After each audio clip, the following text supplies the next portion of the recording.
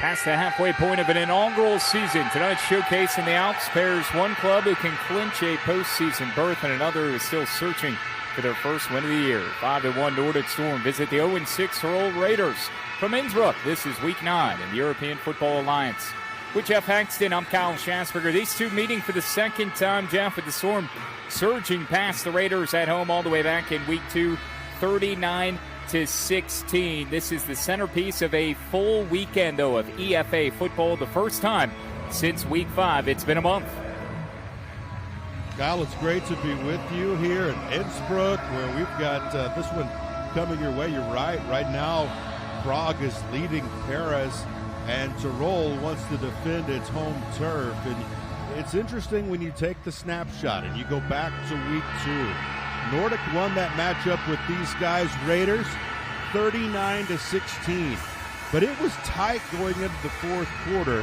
Nordic had a 20-point fourth quarter to separate. Jadrian Clark was fantastic. 390 yards, 4 touchdowns, 1 pick, and his quarterback rating was 168. They've got to find a way, Raiders, to put some heat on him, and that's hard to do. Kyle, he's only been sacked 5 times all year long. If you do a little bit of comparison, Garbers has been sacked 28 times for Frankfurt. This offensive line has been terrific for Nordic. I think Raiders got to find a way to put some heat on Jadrian Clark. You can see the homestanding Tirol Raiders in search of their first win of the season taking to the field. It is a whiteout at Tivoli Stadium, which will be the site of the inaugural European Football Alliance Championship Game. Silver lids, white tops, a little bit of a camo print, white bottoms as well. As the Nordic Storm visitors enter at 5-1. You've documented what happened in Week 2. Jeff, Jadrian Clark, again, he is the top passer in this league. Played his college ball at Weber State, 67% passer. He was awesome in that first meeting, the 390 yards and the 4 TDs, completed 61% of his passes. That was back on May 23rd. And Glenn Tunga, as he is known for. Don't pay attention to all the different syllables there. Glenn Tunga, that man ran 24 times for 133 yards and 2 scores. So loaded dance card. This is our game now. Prague has already had an early lead over Paris, which is somewhat surprising. Might we be in, Jeff, for another stunner here? Last time you and I were together, we had a great one, 45-44. Tirol, a heartbreaking loss right here at home against Prague. Yeah, it's a situation where they're like, hey, it's time. Boys, it's time. And last week, let's talk about last week for Raiders. They are going up against Munich. Munich, at that point, undefeated, and it ends up 32-24. And this is what the Raiders are counting on, capitalizing on the momentum that they built in the second half against Munich.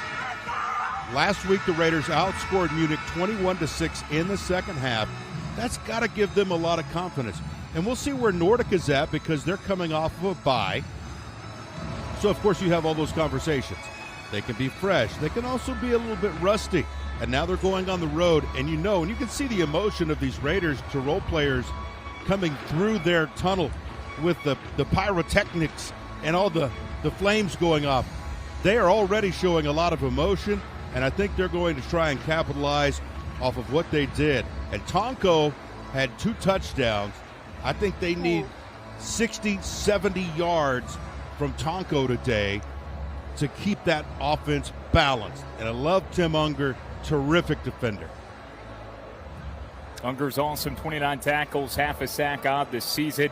Steven Krajewski, you saw the quarterback for Tirol, just before that, 59% completion percentage, 10 touchdowns, but he's also thrown 11 interceptions. Nordic is off the bye. They're on the road next week at Paris as well, looking to pick up their 6th win. The Raiders trying to avoid an 0-7 start as they fell against Munich last week. They'll play at Frankfurt next weekend. Let's pause now for the national anthems from both participating organizations here, Week 9 of the European Football Alliance.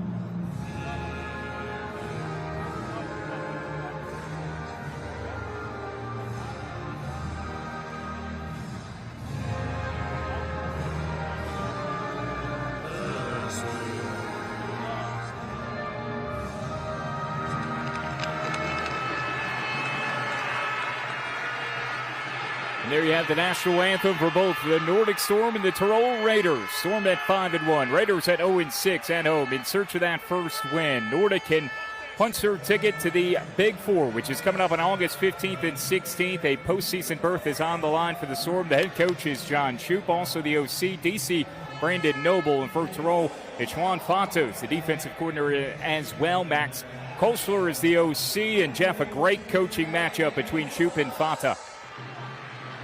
Yeah, guys that really know their way around European football for sure. Fatah said about this Nordic team, he just raved about them. The most explosive offense in the league. Quarterback, of course, Clark has great chemistry with his wide receivers.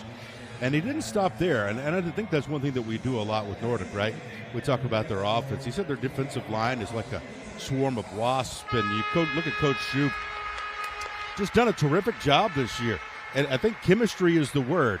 You can have Jimmys and Joes, and you have to have those players to be what you want to be, which is a winning organization. But you also have to have the chemistry, and his team has really fostered that. If you'd have asked Coach Shoup back at Dartmouth College in 1991 if he'd be coaching here on this gorgeous Saturday afternoon/evening here in Austria, I bet you he would have laughed.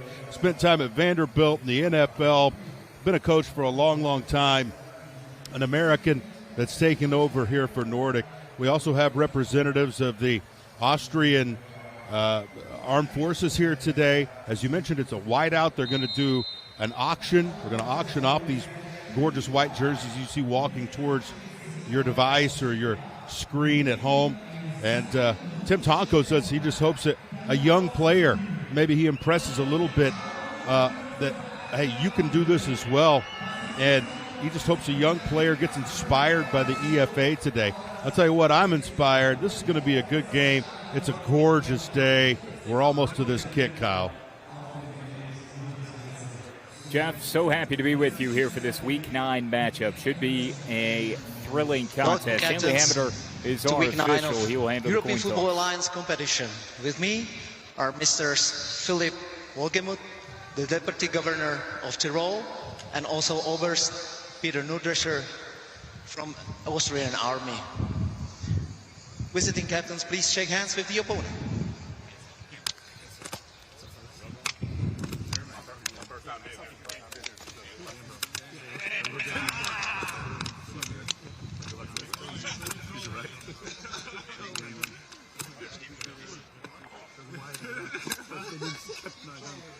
And we have a coin for a coin toss. Lady Liberty is heads, Eagle is tails. Heads, tails. What is your call? Tails. Tails is the call. And it is heads. So Tirol won the coin toss. We want to receive.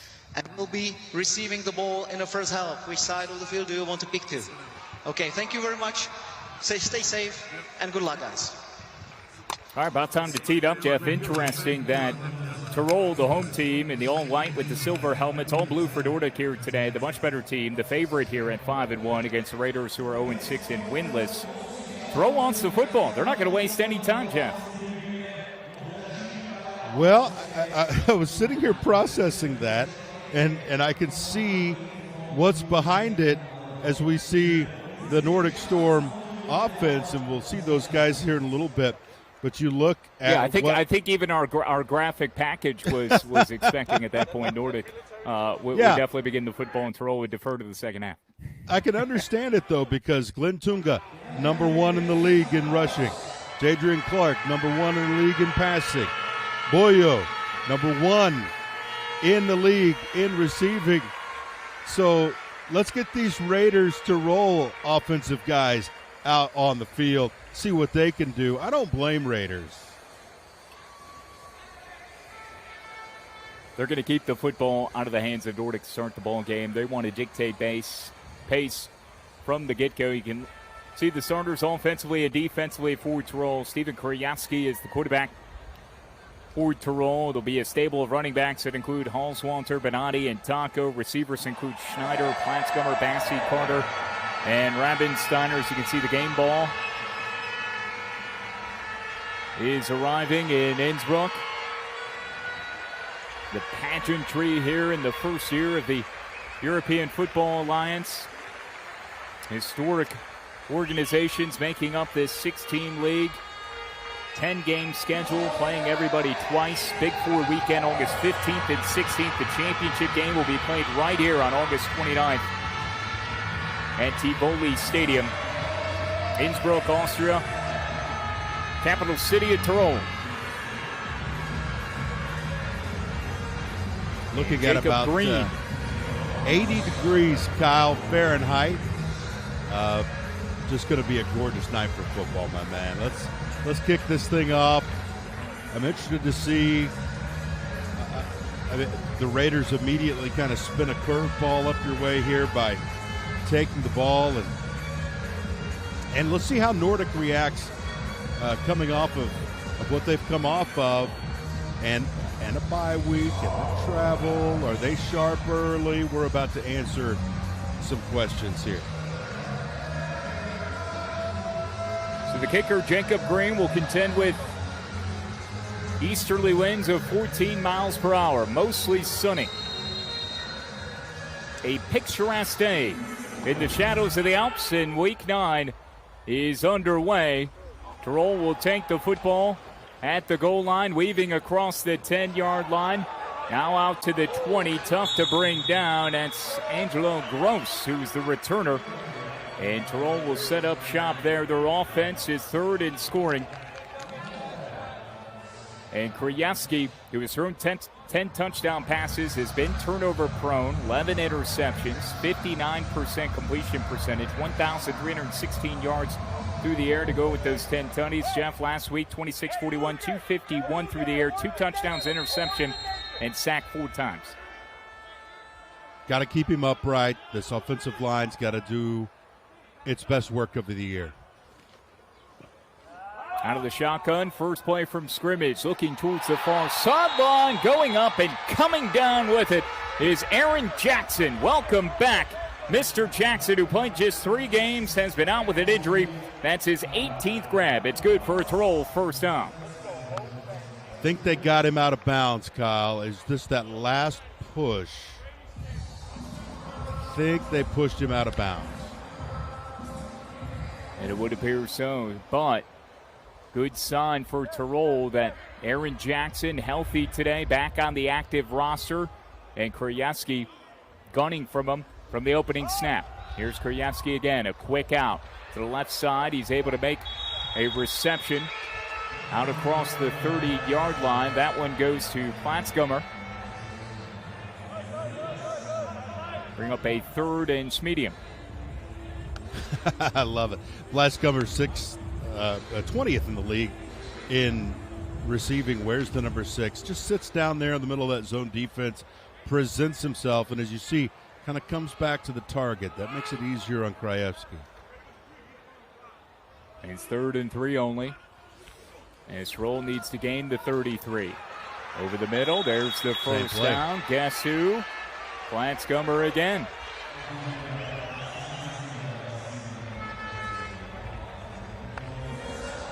Same play as the last time. For the wideout. Yeah, just the exact same one. He had 3 grabs in the first matchup with Nordic. Actually 4. 48 yards and a touchdown, and he'll be a big target today. That's a great job by Raiders to stay focused after they almost had that big hitter to start things. Pop a couple easy mid-range ones there. Keep this thing going. They're all going heavy, little trips to the right side, and Platzgummer the intended target for a 3rd consecutive play. That one was broken up, a lot of traffic. Krajewski may be fortunate that he put so much velocity on that throw, trying to fit it in a tight spot. There was no chance. 2nd and 10. That's the second play that Morea Ferre has made. He was the guy in the shadows on the far side boundary on your screen that shoved out the initial catch, and then right there he comes with a swim technique, knocks that ball out of the air. That's going to be offsides. First penalty upcoming here, the opening possession of the game for the Tirol Raiders. Mutual zone infraction. Defense number 32. 5-yard penalty. 2nd down. Stanley Hammer pops Will James, cornerback, who was creeping up in the box. 33. All right, so that's Elliot Maximus Krogas, linebacker.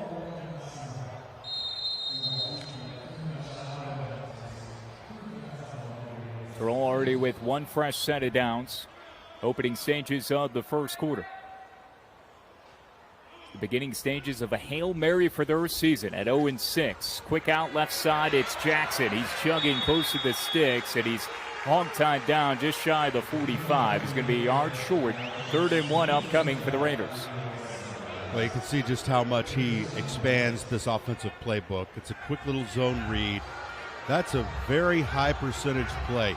You want to get it into his hands. That's all they're trying to do here. Get it into Aaron Jackson's hands, the American, and then see what he can create. And here he creates a situation where it's 3rd and very manageable. Haven't handed the football off yet. We'll see if they do it here.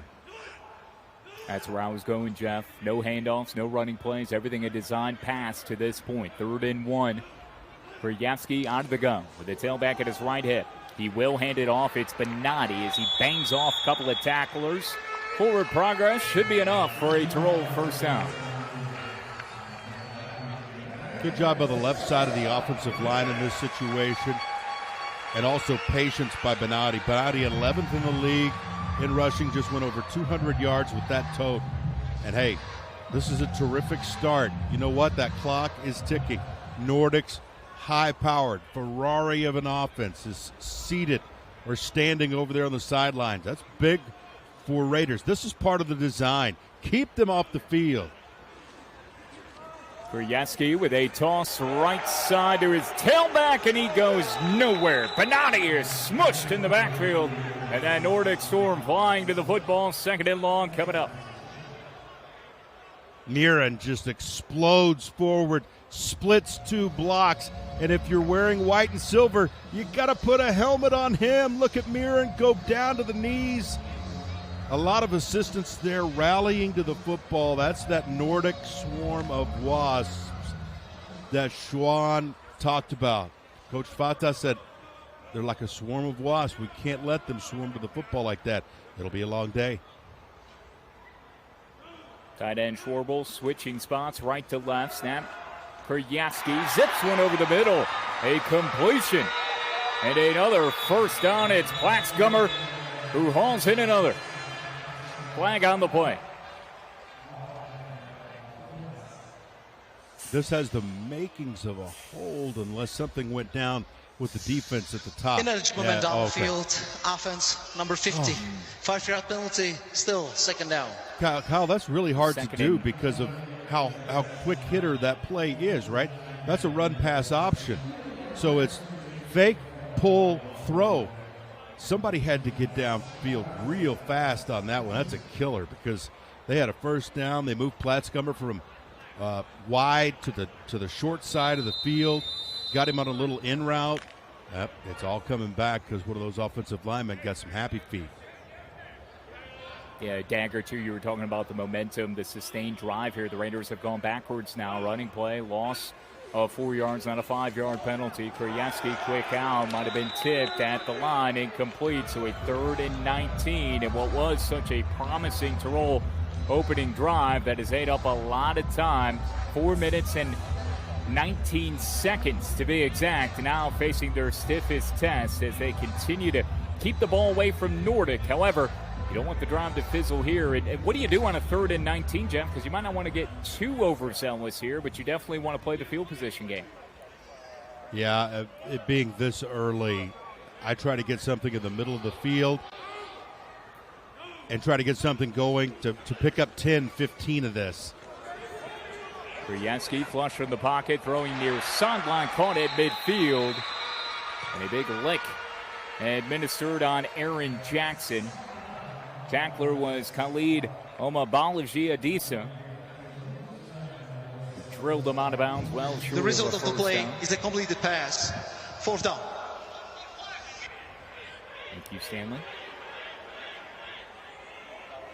Kryaski showing mobility and Jackson showing field awareness.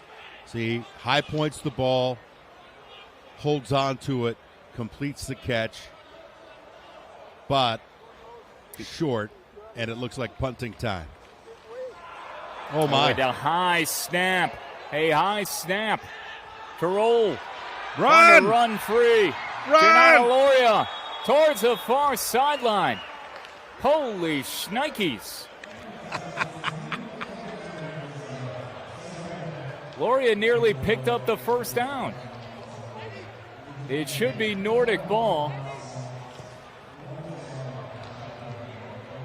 A terrible snap that sailed Loria. Oh. He nearly came down with it with one hand. Picks it up. No attempt at a rugby punt, but he had a lot of real estate on that far sideline. If you're Nordic, oh goodness, you dodged the bullet. Now, if you're going to snap it Same like thing that, from a Kyle, Tirol go standpoint. for it. If you're going to snap it like that, go for it. Loria showed great speed there and at least made it interesting. Tirol had the ball for 5 minutes and 10 seconds. First play for Nordic. Their rebuttal.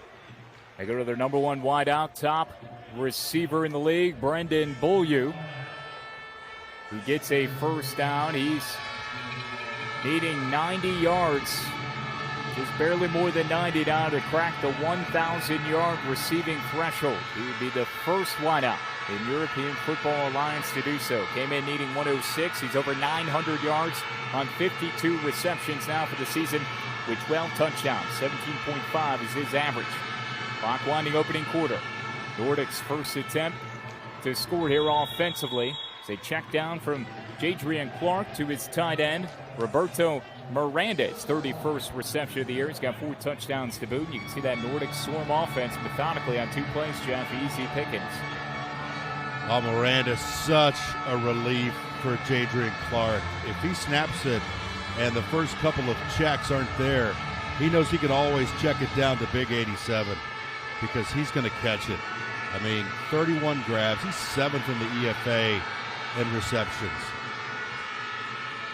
On 1st and 10, a little handoff now to Beaulieu, who's angling off the right side, and a cavalry of Raiders will meet him. Don Mailhofer is there, as well as Trey Rucker.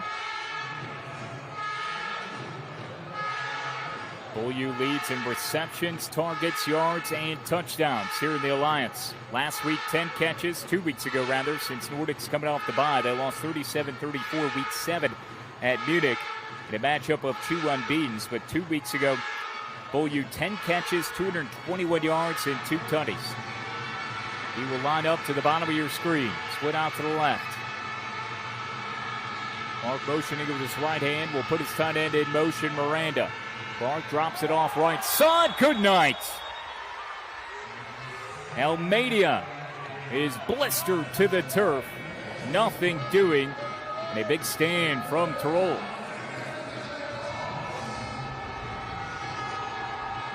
Much better for Raiders here in these last 2 snaps. On this situation, keep those wideouts in front of you. Use that 5-yard check radius as you can when you're out there on the corners.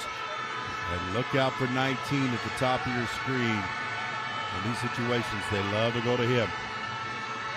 Top passer in the league. Clark overshoots his man on the far sideline on a 3rd and 6. So decision time coming up for Nordic.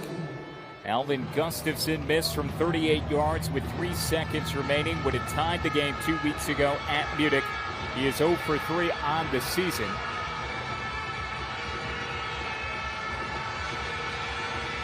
This would be about a 45-yard attempt. I would imagine Nordic will keep the offense on the field, and indeed they will.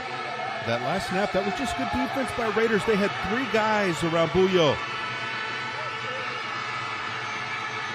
4th and 6, midway through the first quarter. Clark in the pocket, taps the football, slings it to the sticks. A first down, near side number, and a ferocious attempt from Jacob Green as he was not easily brought down.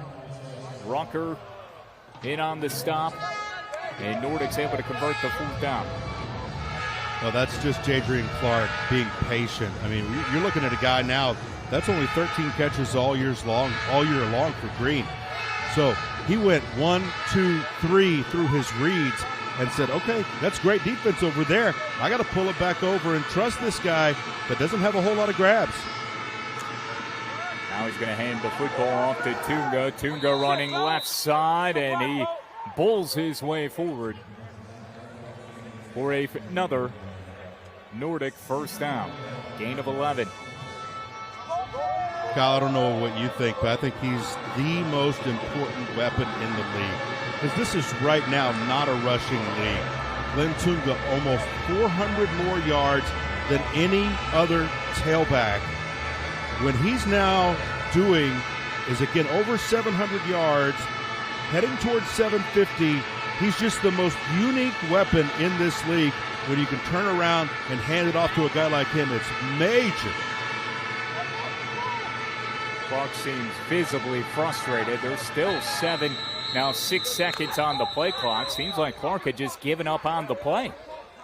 And now he's continuing to jaw with someone. I don't know if it's somebody along his own offensive line, but a timeout was taken. Nordic Storm, first team timeout in the first half. Somewhat surprising, Jeff, because when you saw Clark step away from where he was initially positioned to take the shotgun snap with Tunga the lone setback on 1st and goal from the 8, it seemed like there was still plenty of time to orchestrate the offense and get everybody on the same page, but Clark visibly frustrated there as Nordic spends their first time out. Yeah, I'm not exactly sure what he was seeing, but whatever it was, he didn't like it. He was demonstrative about it. It was venom pouring from the mouth of one Jadrian Clark. 26 touchdowns, 4 interceptions, 2,203 total yards, 67% passer. He leads in completion percentage, yards, and touchdowns in the league. Got the top wideout, the top tailback, which Jeff outlined by more than 400 yards in Tunga. What a weapon he is, as he's the top rusher. He will run out of the backfield as a pass is zipped over the middle, complete to Jacob Green, I beg your pardon, who makes the reception just in front of the goal line. Yeah, receptions 13 and 14 on the year. I mean, as far as targets go, he's about your sixth option. Second and goal, Tunga plunges straight ahead, touchdown Nordic. 6-0 Storm as they strike on their first offensive possession. It's 6-0 at Tirol. Tunga's 7th touchdown on the ground. Well, the reason Tunga's able to run this in is because of what they were able to do on that 4th down, Kyle. Just to keep the drive alive. Didn't want to risk a long field goal. And you know Tunga, when he gets it inside the 10, he just can't wait. 9th touchdown of the year. He's a battering ram. Good for Nordic. Great start. Gustafson's PAT is flush, and it's 7-0 Nordic with 5:11 remaining here in the first quarter. That's a drive that extended 4 minutes and 39 seconds for Nordic.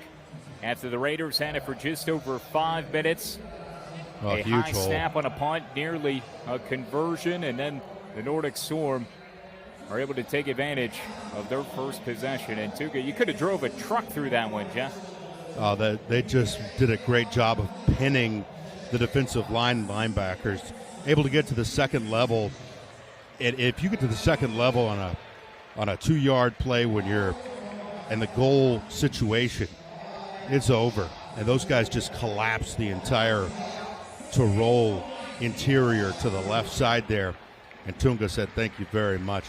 So Raiders right now, we've seen their formula, but their formula, Kyle, was crushed because of the high snap. You can't give Nordic short fields. You can't let them start at the 50-yard line on their first drive of the day. That is a recipe for a loss. It's a touchback from the 35-yard line because the ball. Well, when you think you had the running play that went backwards, then you had the penalty, right? An eligible man downfield on a quick out, too, over the middle, which was confusing in its own right. And then you had the high snap. So when you're a team that's 0-6, you can't afford to make mistakes. However, you're 0-6 for a reason, right, Jeff? It's become sort of part of your MO that self-inflicted wounds are just going to compound themselves, and it's part of the reason why the Raiders are still winless. And after such positive momentum to begin that first drive, it stalled, and because of miscues and blunders. And those mistakes are going to happen, but also it was still okay. You get a punt off, and you get them to start inside their 20, it's a completely different ball game. Here's Halswanter slashing his way across the 40. It'd be a 2nd and 3. So a good gain of 7 from the get-go. And, Jeff, you're right. I don't want it to be a mistake. And look, mistakes happen, right? Like, mistake-free football is going to win. But as we talked about a couple of weeks ago with Tirol and Prague, the team who makes the least amount of mistakes is going to come out on top, where the team that makes the last most critical one is going to lose. 2nd and 3, Krajewski fakes the handoff, evacuates the pocket as he straddles the 30, looking downfield near sideline, pass caught. A completion is made.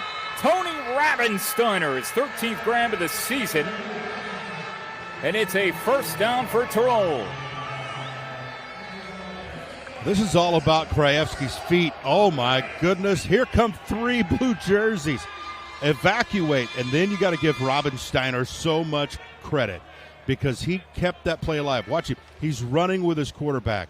He's like, hey, I got you, my guy. If you need me, throw it to me. You got to stay with it on those routes, those crossing routes, and he did all that. Halswanter another carry as he falls forward, a short gain, averaging 4.9 yards per carry coming in. He also has 13 receptions, 109 yards and a touchdown. 6 carries, 11 yards only. 4 receptions, 54 yards last week in the 32-24 loss against Munich. Tirol going toe-to-toe with the lone remaining unbeaten in Week 8. Here at home in search of their first win. In motion, tight end Schwarbel. Krajewski, right side Aaron Jackson, who leaps up, procures it, and then is able to fall across the first down marker. Move the sticks again, a 9-yard reception for Tirol here in the final minutes of the opening quarter. Yeah, the thing that's worked the most for Raiders is finding little holes in this defense. We've seen two of these guys sit down in places where there were space. Platzkummer, Aaron Jackson, those guys have run to space, turned around, and it's been put right on the money. Krajewski sticks it in the belly of his tailback, and he is crunched right at the 30. A loss. Halswanter, nothing doing for him. Second and long now for Tirol.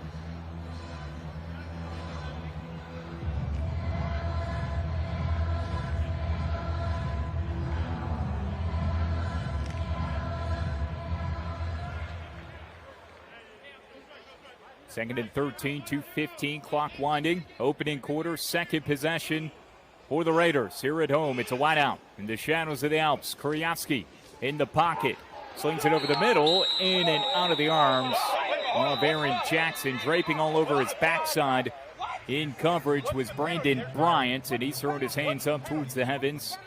Believes he's going to get popped for a defensive pass interference.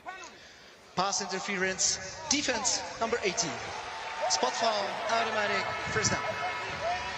Yeah, we've got great audio on these broadcasts. You heard, what? Exclaimed, I should say there. Let's see. It's bang, bang. I tell you what, man. Live, it looked like interference. On that replay, it looked like great defense. So it's kind of a coin flip situation, but, man, Raiders will take everything they can get. You can hear our microphones picking up some of the to correct the sounds from the Nordic coaching staff. On the 20-yard line. Was that a timeout that got called, Jeff? No, it was a misplacement of the football. They placed it 5 yards too far down the field after the penalty. Okay. And then Raiders just tried to turn that into a little bit of a timeout. See, they kind of went over there toward their sideline, and that's what you see our white hat there saying, no, get back out here. We made the mistake. We corrected it. It's not a timeout. Let's play. All right, so the ball is placed at the 20-yard line of Nordic. Tirol is knocking on the door after the penalty against the Storm. Krajewski flies it left side, too tall for Aaron Jackson. Second and 10 now from the 20. That's just a little bit of a communication issue there. You saw Krajewski, he thought that his target, Jackson, was going to kind of fade backwards a little bit after he squared up, kind of go back. But I think that's on Krajewski. He lets that ball loose, and it's just way too high. It's not catchable. Jeff, I've got an update from Paris and Prague I'll give you after this next play. An instant classic developing. Krajewski gets blown up, and he's able to get the pitch off. It's his tailback, Halswanter, far sideline. As he reaches towards the first down marker, he's going to be just shy. Holy moly, Krajewski got obliterated, but somehow got rid of the pitch to Halswanter. You could hear that one all over the globe as he got smashed as soon as he took it. But give him credit. Once he grabbed that pigskin, he knew he was going to get blown up. And he kept his concentration, got the pitch away. It was a designed option, so it ends up working. Everything was blocked except for that one guy who got free. This is a big down. Krajewski stays at the game. Keeper, right side, flags fly. And Krajewski had the first down and more. He was thinking Pater. Offense number 1, 5-yard penalty, still third down. Here's another one of those mistakes, Jeff. Huge. All right, so Prague was up 19-3, right, Jeff? We established that at the start of our game. Okay, Paris went ahead 20-19 with 2 minutes left in the fourth quarter. So it's 19-3. Paris stormed back with 17 unanswered, led inside of 2 minutes. And then our guy, Matty Bealey, touchdown. Prague up 25-20 right now. Inside of a minute to go, Paris with the football. Matty Bealey, he's a EFA Player of the Week this year. Krajewski on 3rd and 8, picked off, intercepted. This may go at the 20, the 10, pick 6, Beard Egret.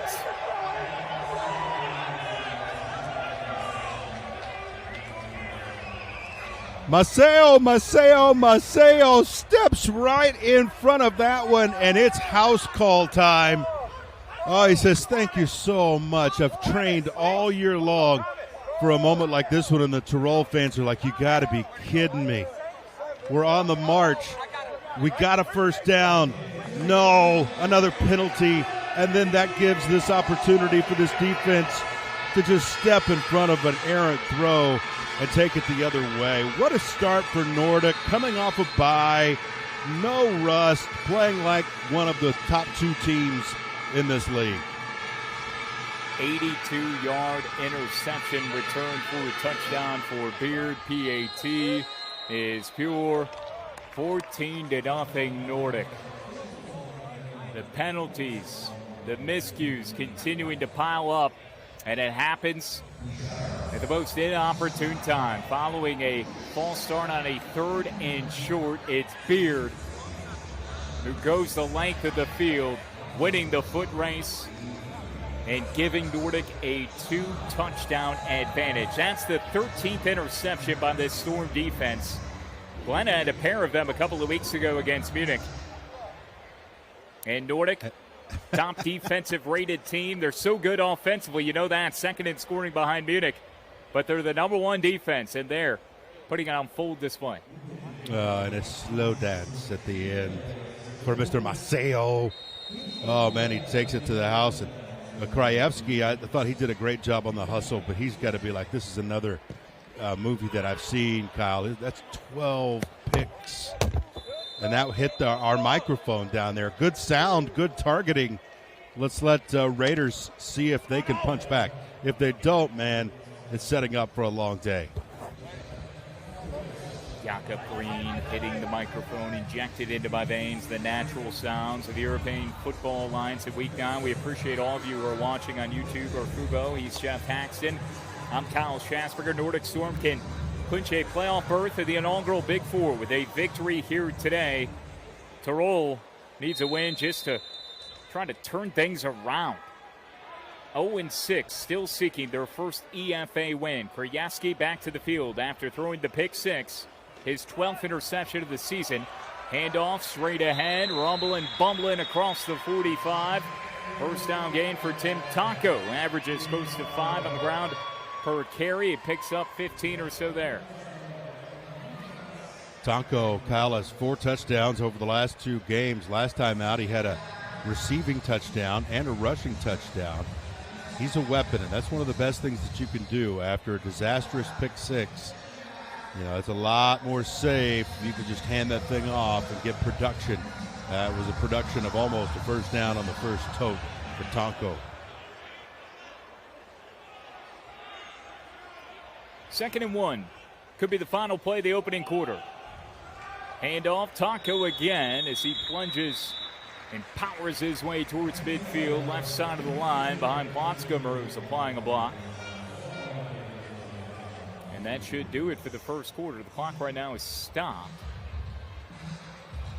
Could be a first down as the chains reset. Final seconds will melt away. It's 14-0 Nordic, but Tirol will have the ball at midfield. Jeff, we just had a Paris touchdown and 2-point conversion, by the way, as we've reached the end of the first quarter here in Tirol. Folks, don't go anywhere. We'll keep you abreast on what's going on between Prague and Paris. But the Musketeers have now a 28-25 lead after a 2-point try on late touchdown. Looks like it was Magic Zach who ran into TD. It's a 3-point ball game as they have 30 seconds remaining. We will step aside here in Tirol. 14-0. Storm over the Raiders. Week 9, the European Football Alliance.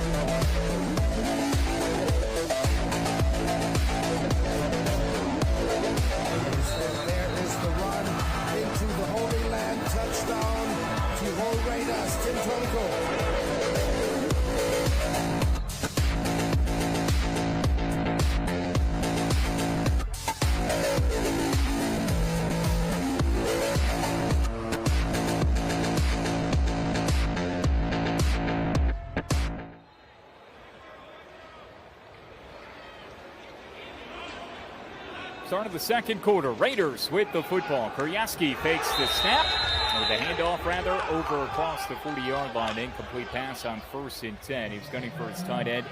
In coverage was Brandon Bryant for Nordic. And hit with a pass interference penalty earlier, which benefited Tirol. But it was only then, after a 6 or 7 yard rushing gain inside the red zone, that they went backwards on a false start, and then Kuryaski threw a pick 6. Tight end in motion, Schwarbel to the right side. 3 wide outs over there. Kuryaski pass tip, throwing left side, and it's incomplete. He was gunning for Tim Taco. Great pursuit and pressure applied by that Nordic defensive front.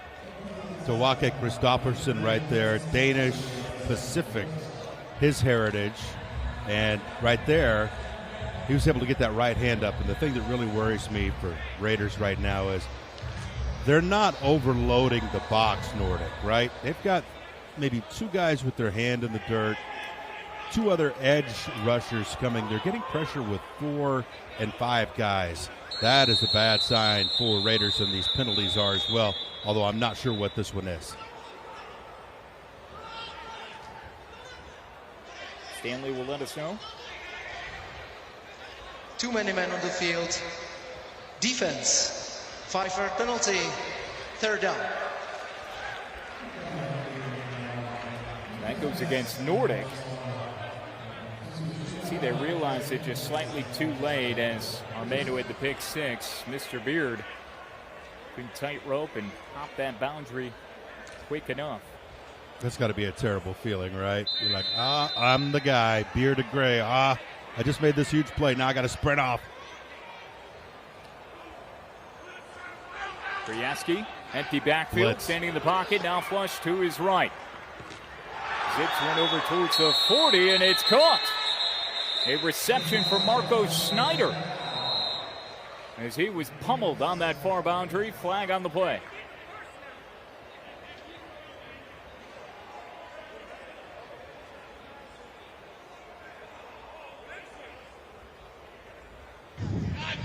Pass interference, offense, number 83. 10-yard penalty from the previous spot. Repeating, 3rd down. So Lorenzo Bassi commits offensive pass interference, so that'll wipe out the reception for Schneider.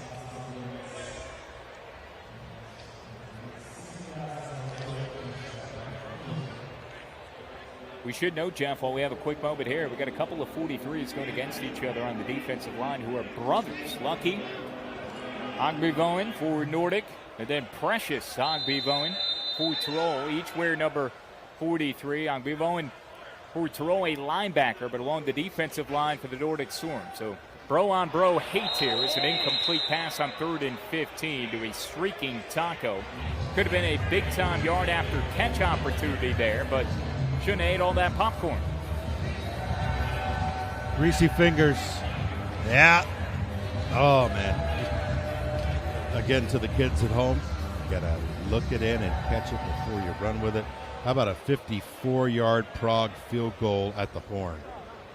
28-28 in the Czech Republic. You're slightly ahead. I'm about to watch that as we continue to follow the punt return here from Edwin Almeida to Borda, and he's running far sideline towards midfield. Excellent starting field position for the Nordic Storm on what is just their second offensive possession. They had the ball just one time in the opening quarter. A 2-yard touchdown run by Glenn Tunga to cap a scoring drive of more than 5 minutes, and then a pick six. And an excellent return from Almeida. Now, one thing I think about with this Nordic team when I look at them is they've just got juice. They've got juice at the skill positions. The guys with their hands in the grass, they can win in the trenches. And it makes them a candidate to be a champion here this year in 2026. Deep ball over the middle, and it's intercepted. Tirol forces the turnover. Adrian Clark went deep, and Fuschelberger comes away with the takeaway for the Raiders. He's just playing center field here. Second interception. He's just playing center field here. That's what a safety's supposed to do.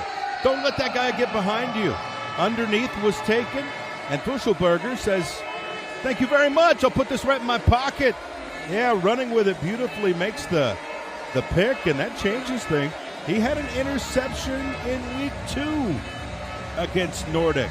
So for a guy who hasn't thrown many picks, Fuschelberger's been a little bit of a nightmare for Mr. Clark.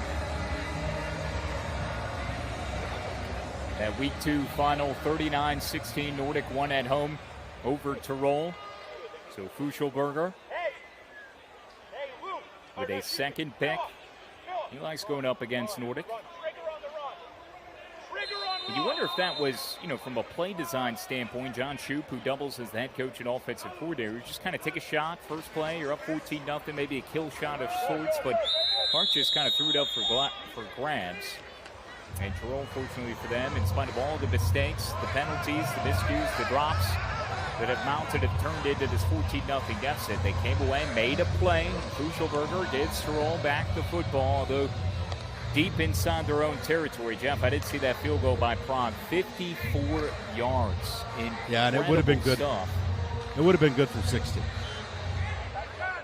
So they are tied at 28, going to overtime. Prague and Paris.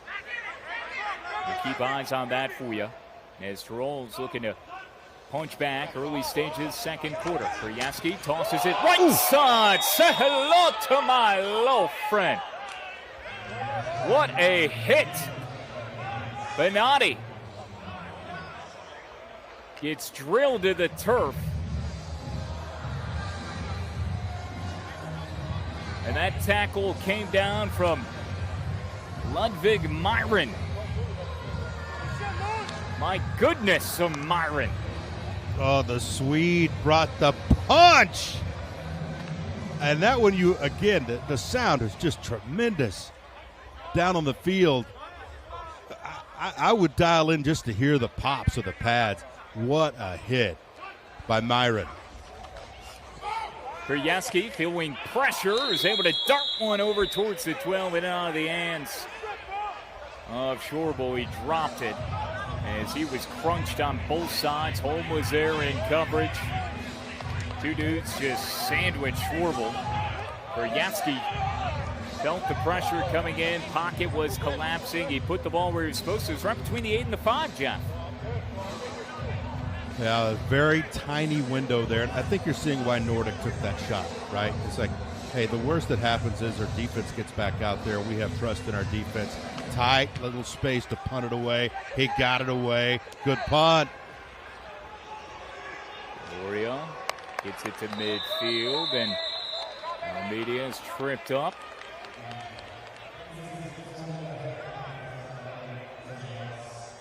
Short return, and no harm, no foul, Jeff. It's as if Nordic gets the football back almost even in better field position.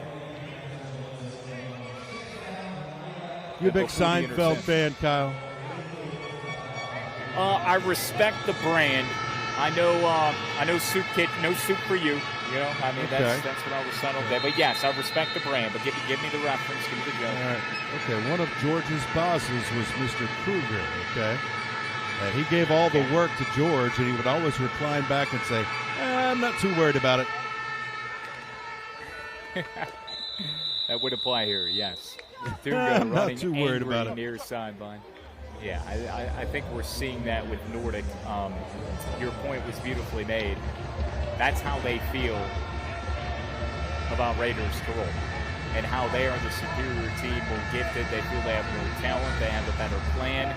You've seen them score offensively, defensively. And after having the ball for just the second time, it was one play and it was a long interception. But so be it. You move on, you force a quick 3 and out. Now you have superb field position, and Tunga has sent you up just outside the 25. Ball between the hashes. Clark is under center now. 2 wide outs left side. Clark will hand it off to Tunga again as he motors left. Now rumbles back towards the inside far number. Well, one thing I'm noticing about this Nordic work with Tumba and how they set him up for success. He is so far back there in the backfield. Tunga is able to take that time and that space, and by the time he gets the ball, his big offensive line is fired off, so he doesn't have to dance around. He knows where he could go. He hits that hole because he's so far back there in the backfield. Look at that. He's a good 6 yards behind the ball, 7 yards behind the ball. They better snap it. Clark has it, looks right, pats the football. Now dials one up, down to their sideline, touchdown. Miranda has his 5th TD of the season, and it's 20-0 on Nordic here in Tirol. Yeah, this is just a little leak out. If it would have been a running back, it would have been a wheel route. It's kind of a wheel route for a tight end. All he does is escape, and when the quarterback, Clark, steps up in the pocket, his eyes get huge because he knows, I've survived the rush. Now I know I'm going to have plenty of options. And it's hard to keep track of all these guys. Again, when you look at what they bring to the table as far as wideouts, it's 3-4 guys in the top 10 as far as receiving. There's a lot of targets, and one of those guys is Miranda Pater. PAT no good from Gustafson. To remain a 20-0 ball game.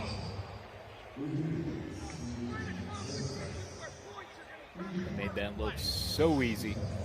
Clark stepping up to in the pocket. Drops it right in the bucket of Miranda. Boom! An emphatic spike to boot.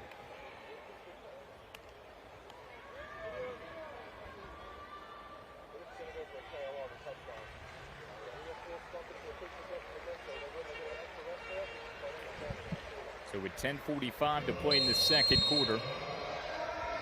Second place team in the European Football Alliance is ahead by 20 on the last place team, Raiders Tirol. Jakob Green's kick goes out of bounds. He put 3 of those out of bounds 2 weeks ago in that 37-34 loss. Number 85. Ball will be spot on the 40-yard line. First down, Tirol Raiders. And that was at Munich 2 weeks ago, week 7. Stanley Hammeter, our referee, giving you the call.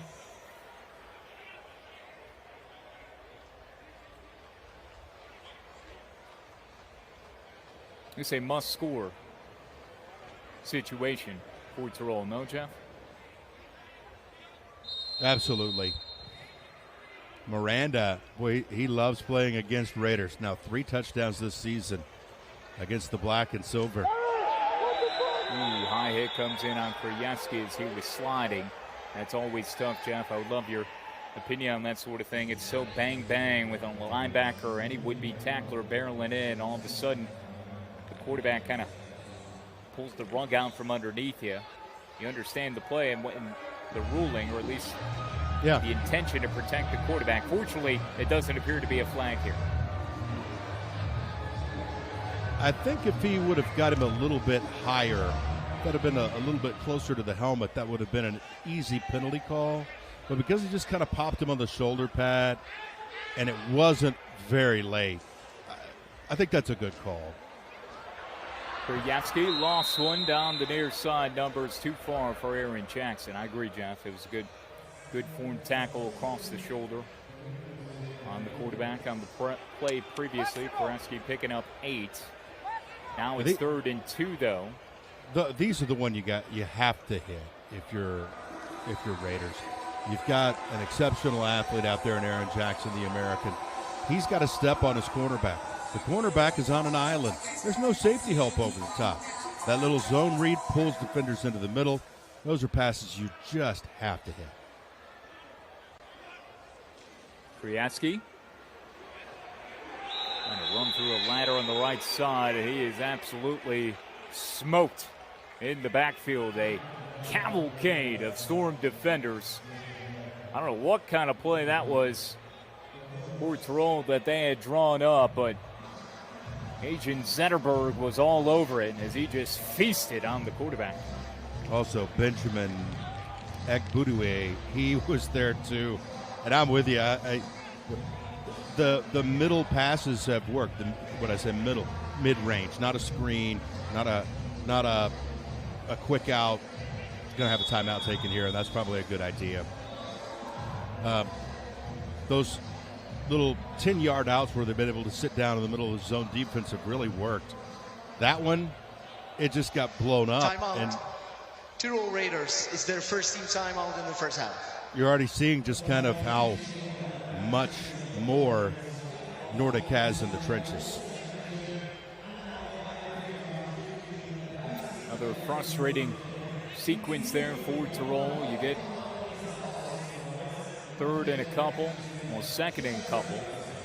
You miss the wide open Aaron Jackson, to your point, Jeff.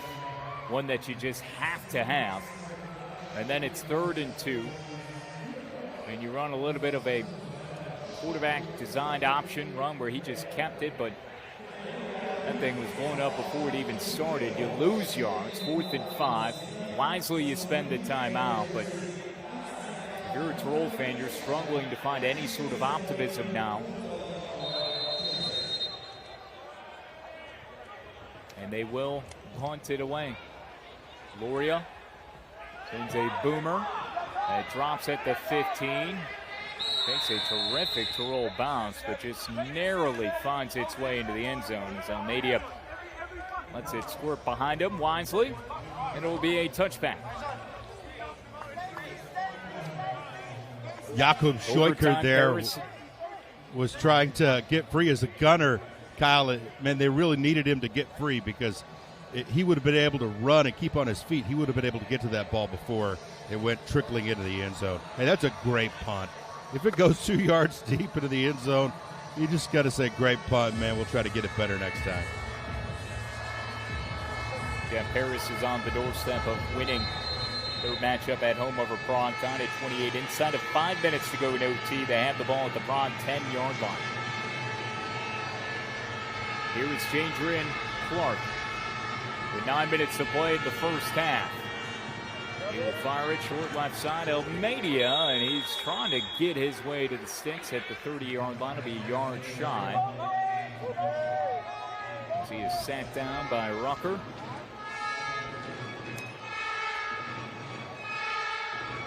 Trey Rucker is a future all-league player if he can keep making plays like that one. Again, he's only in his 3rd game as a member of Raiders Tirol, brought on because of some injuries.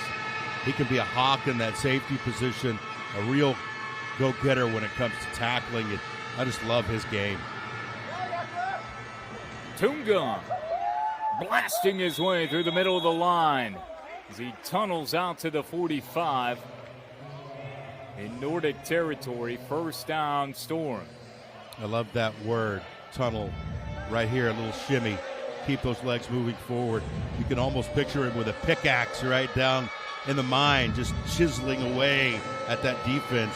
And when he gets going like that, north and south, you're wondering if Raiders have anybody that could stop Tunga.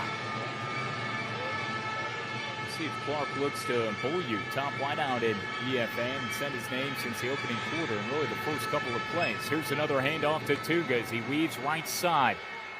Near side number, first down, and he's roped down on the Tirol cornerback, Fuschelberger. Also in the area, Meyerhofer.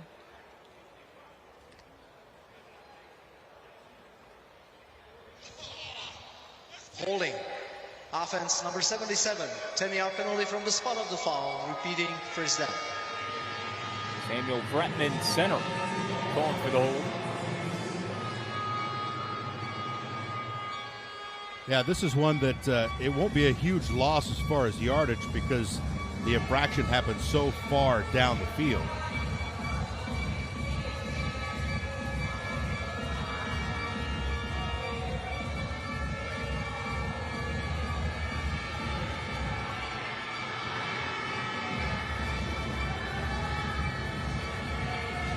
Yeah, loss of about 4. So from their own 40-yard line. It's 1st and 15 for second highest scoring offense in the European Football Alliance. Already with a 20-0 lead. Clark, dump off. Tunga scissoring his way out across the 45 near midfield. And a 2nd and 6 or so. That was a gain of close to 9. Yeah, just get a little bit of it back. No need to panic. Everything you've got is working. This would be a fun game to be the offensive coordinator for Nordic.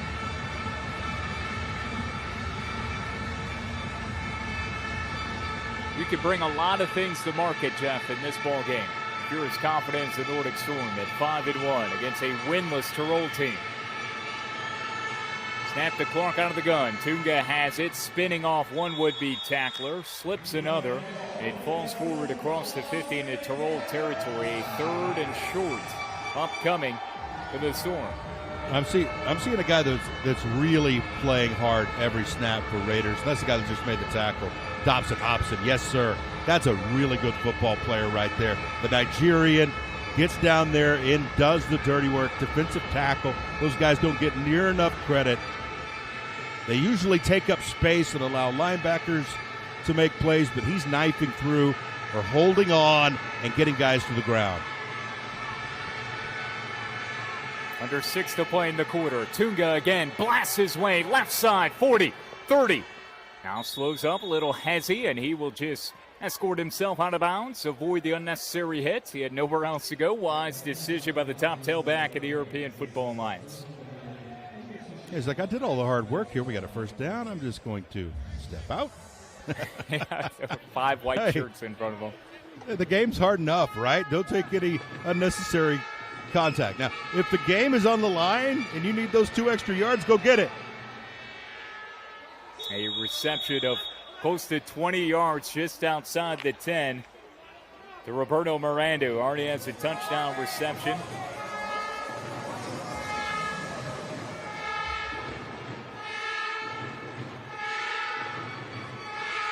Nordic can get another first down to the 1-yard line.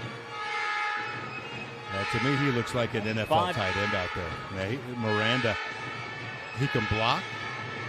You see him here, he's going to be on the right side as a slot receiver. It might be coming his way here if it doesn't go to Tunga. Tailback is Tunga. The snap goes to Clark. He goes over to Tunga. Lobbed it right into his arms. Tunga trying to burrow close to the 5. He's to the 6-yard line. Clock continues to roll. 2nd and 5 coming up. Almost feel like they want to reward Tunga for his hard work on this drive. They've really ridden him, and he looks fresh here even late in this second quarter. But this is a tough drive for Raiders. They're already down 20, backs against the wall. Boy, they'd love to punch a football out here, get a pick somehow to keep Nordic from really running away.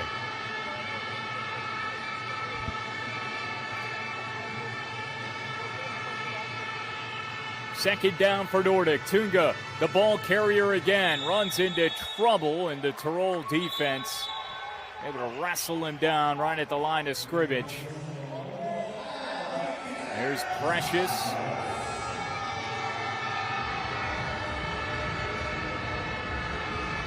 Able to run through one of the offensive linemen as well for Nordic, and Isaac Moore, one of the tackles. Undeterred, unrelenting pursuit of the football for Precious. Linebacker's brother along the defensive line for Nordic. Able to get off blocks. That was huge for Raiders there. Need to make it happen again. Get these big bodies in blue. Shake those blocks so you can make a tackle. It's 3rd and 5. Dump off pass deflected. Miranda comes down with it at the 5-yard line. And a 4th and 4.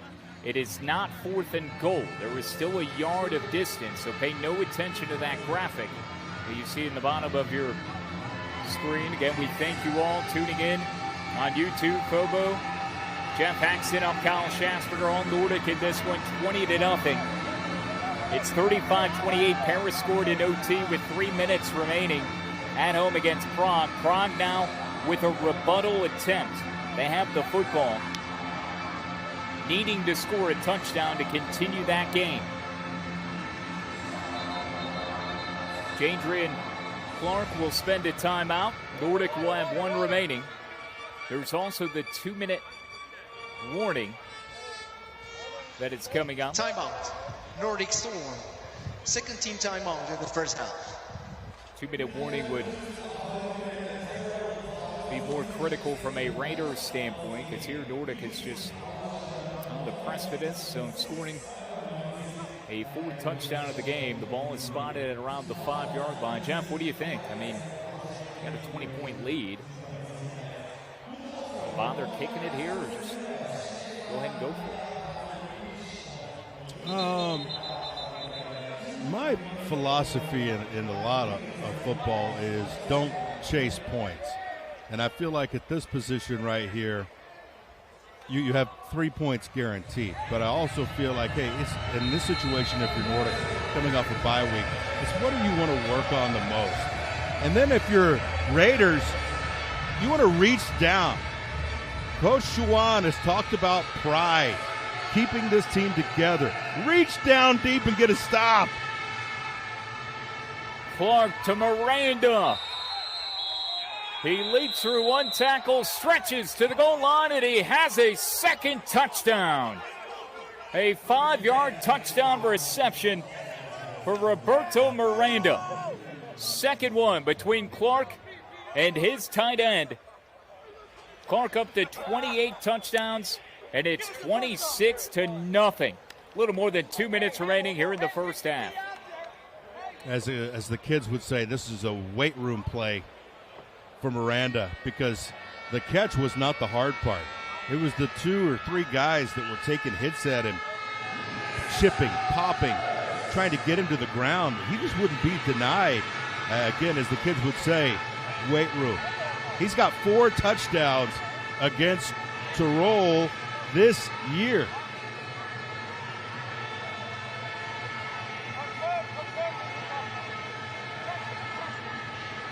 Miranda, 4 catches, 41 yards, no touchdowns a couple of weeks ago. The 3-point loss against Munich.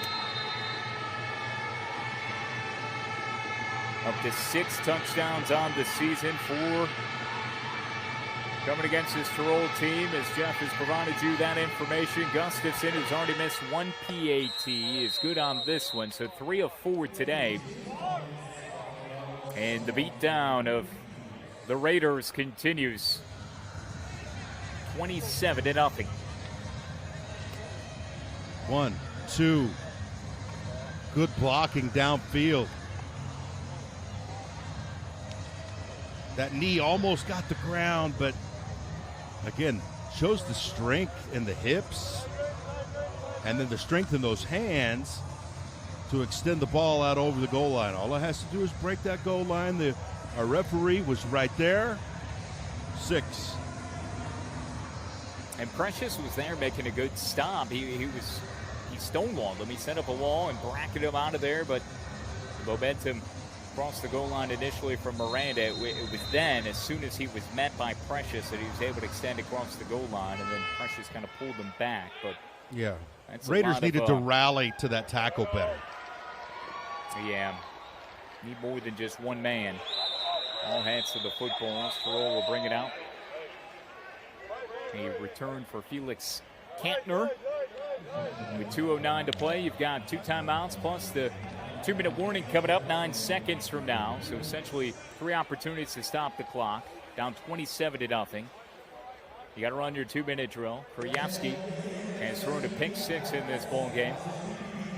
Tirol has had drops, a lot of pre-snap penalties, questionable play calling at time from Max Kochler, the OC, Schwan Fata, the head coach and defensive coordinator. They've had sustained momentum at times offensively, especially to begin this contest. They wanted the football to begin. That's the other part of this. Jeff, it'll be Nordic who gets the football to start the second half as we have reached the 2-minute warning. Yeah, and I don't care what it looks like for Raiders here. Find a way to get some points on the board. 3, 6, 7, whatever it is. Find a way to get some points on the board so you can latch onto that. And we have our playoff weekend coming up. It's going to be here in 1 month. August 15th, 16th, Frankfurt. The EFA Big Four, the biggest football weekend in Frankfurt. Crowning a champion this year in year 1 of the EFA. There's entertaining football all over the place. A full weekend this weekend. But again, back to Raiders. If you can scratch something that you can hold on to as far as momentum, you would love to get that done, obviously, here. But I think if you're Nordic right now, you're like, hey, we're not letting these guys score points today. We're going for a shutout today. We're going for a statement today. Go ahead and pull out your phone and scan that QR code that Jeff has already beautifully delivered a live read for. 15th and 16th. That's in Frankfurt, home of the Galaxy, PSD Bank Arena. That's the Big Four, as it is being branded as. Here's the biggest football weekend in Frankfurt. 4 teams will reach the postseason. 2 semifinal games and the championship coming up on August 29th. Right here at Tivoli Stadium, home of Raiders Tirol. Still thirsting for that first win on the year. Nordic has proven time and time again this evening here in Innsbruck that they are the better team. And if you're Tirol, this is a flashpoint moment of your season yet again. How much pride are you willing to spill here? Krajewski flies one near sideline. Eric Jackson is out of bounds. It's the second time, Jeff, and a flag on the play.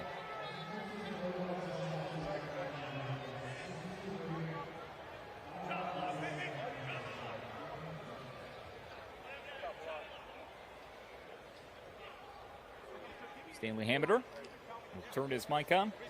Oh, roughing? Oh, chop block. Haven't had one of those in a while.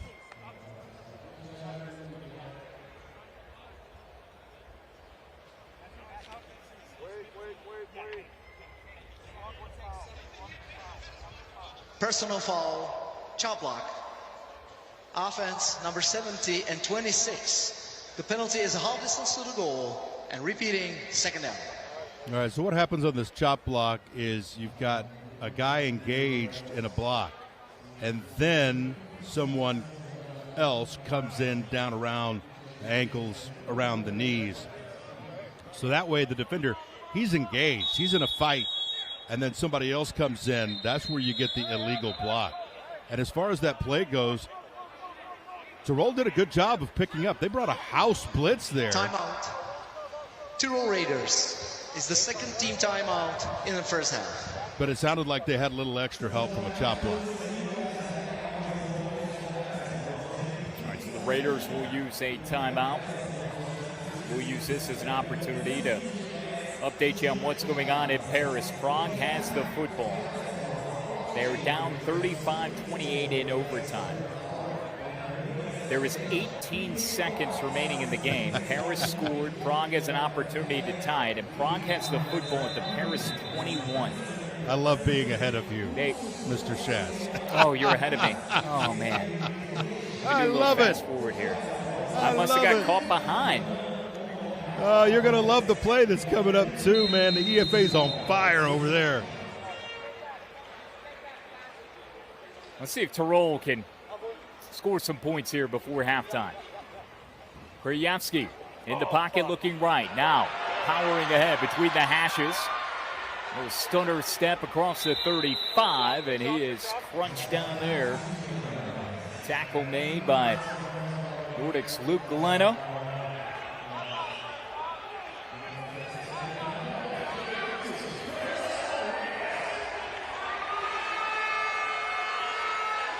See the way Nordic is playing this one defensively. Nothing easy downfield in the passing game, but they allowed themselves big open area to run for Krajewski, who's throwing near sideline. Nearly a second interception by Beard. He's already got a pick six of 82 yards. 2nd and 10 now for Tirol. Well, can I give you the news? Because I haven't. Bealey touchdown. How about Bealey 2-point conversion? Bealey 2-point conversion. Matty Bealey has gone crazy, ladies and gentlemen. Prague wins in overtime on a 2-point conversion. That is insane. Krajewski. Far sideline leads his man too far. That's Schneider. 3rd and 10. So to recap, game 1 of 3 here this weekend, week 9 of the European Football Alliance, featured Prague and Paris. Prague had a 19-3 lead. Paris stormed back to take a 20-19 lead in the final couple of minutes. Prague then went up 25-20 with 1:40 to play. And they went to overtime, tied at 28, as Krajewski is yanked down from behind. A sack from Nordic's Hugo Dyrendal. Timeout. Nordic Storm, their 3rd and final team timeout in the first half. Also, please correct the game clock to 1 minute, 2 seconds. 1 minute, 2 seconds, 27-0 here. Just to finish the point on Prague's victory at Paris. They led 19-3, tied at 28. As there were a couple of back and forth scores in those final couple of minutes. They go to overtime. Paris scores first, goes up 35-28. And then with 8 seconds remaining, Prague answers. They get a touchdown from Bealey, 35-34, and Prague on the road goes for the win. The 2-point try, Bealey, 36-35. Prague stuns Paris. Bouncing punt at the 26, goes straight up. Deciding to just scoop it up is Almeida. Now he weaves near his sideline. He's like, look, if you're not going to touch it, I have an opportunity to just snare it as you're trying to find the football. I'm going to run away from you. Yeah, it was comical. It worked out for Almeida. Well, if you're Tirol, 47 seconds here, Jeff. I mean, it's kind of insult to injury, especially what Almeida just did with the punt return. And now you have an opportunity with time on the clock to get even more. Don't you just love the football, right? I mean, it's basketball, you know what it's going to do. It's going to bounce. Baseball, golf ball, that pigskin's unpredictable. And then right there, that thing bounced like a basketball twice in a row. Didn't go anywhere. And Almeida said, okay, I'll take it. Clark with the shotgun snap. Fires over the middle to the 36. Pass is caught by Beaulieu, and then he is bullied down to the turf, and he is slow to get up. Top wideout in the league, closing in on 1,000 yards. He'd be the first to do so in the European Football Alliance, receiving immediate medical attention after the first down reception. Jeff, I don't know how he hung on to that football. Timeout. He's an absolute man. On the field for an injured player from Nordics. You can see kind of the nerves right Number here. 19.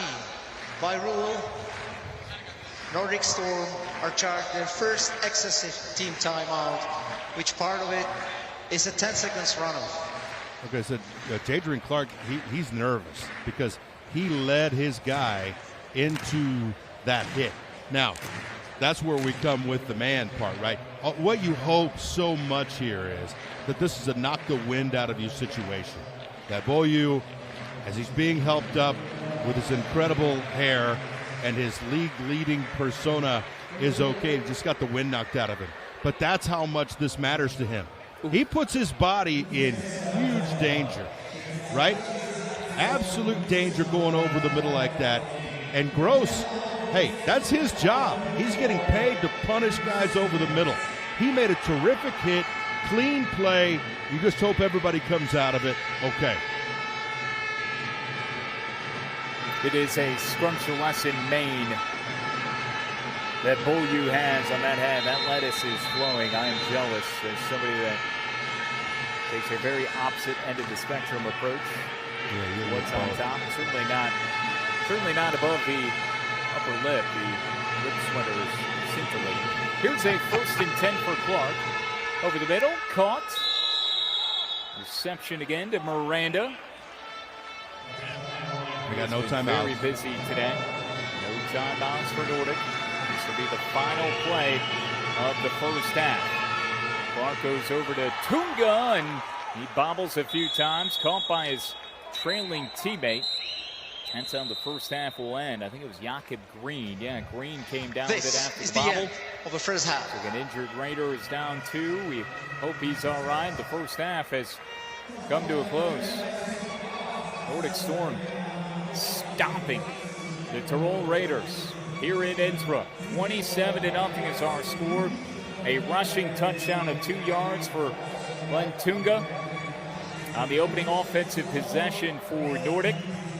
A pick 6 from the Storm's Maciel Beard, 82 yards, and then a pair of touchdown receptions from Roberto Miranda. One missed PAT, and 27-0 is our score here at the half. Jeff and I will come back for the second half of football. Coming up next, it's Week 9 of the European Football Alliance.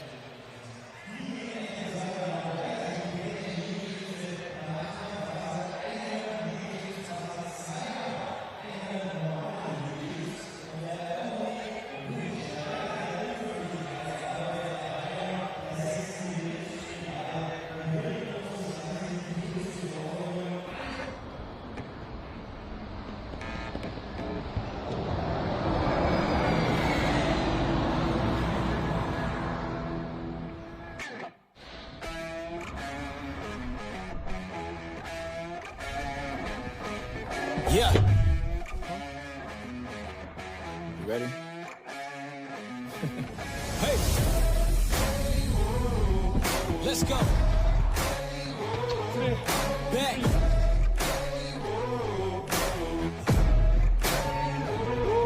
I'm at my prime.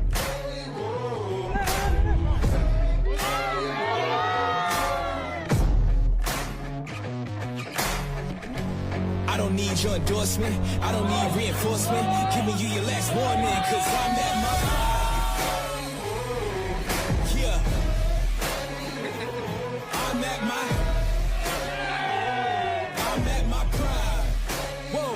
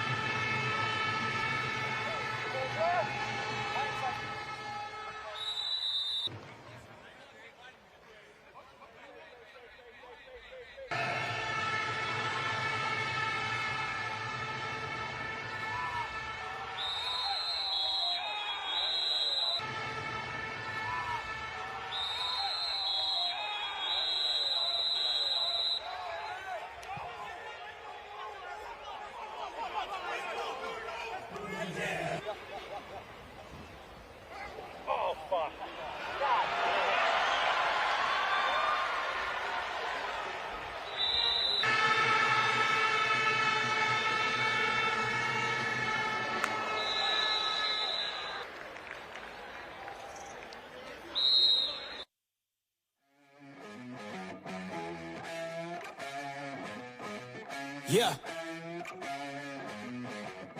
You ready? Hey. Let's go. Back.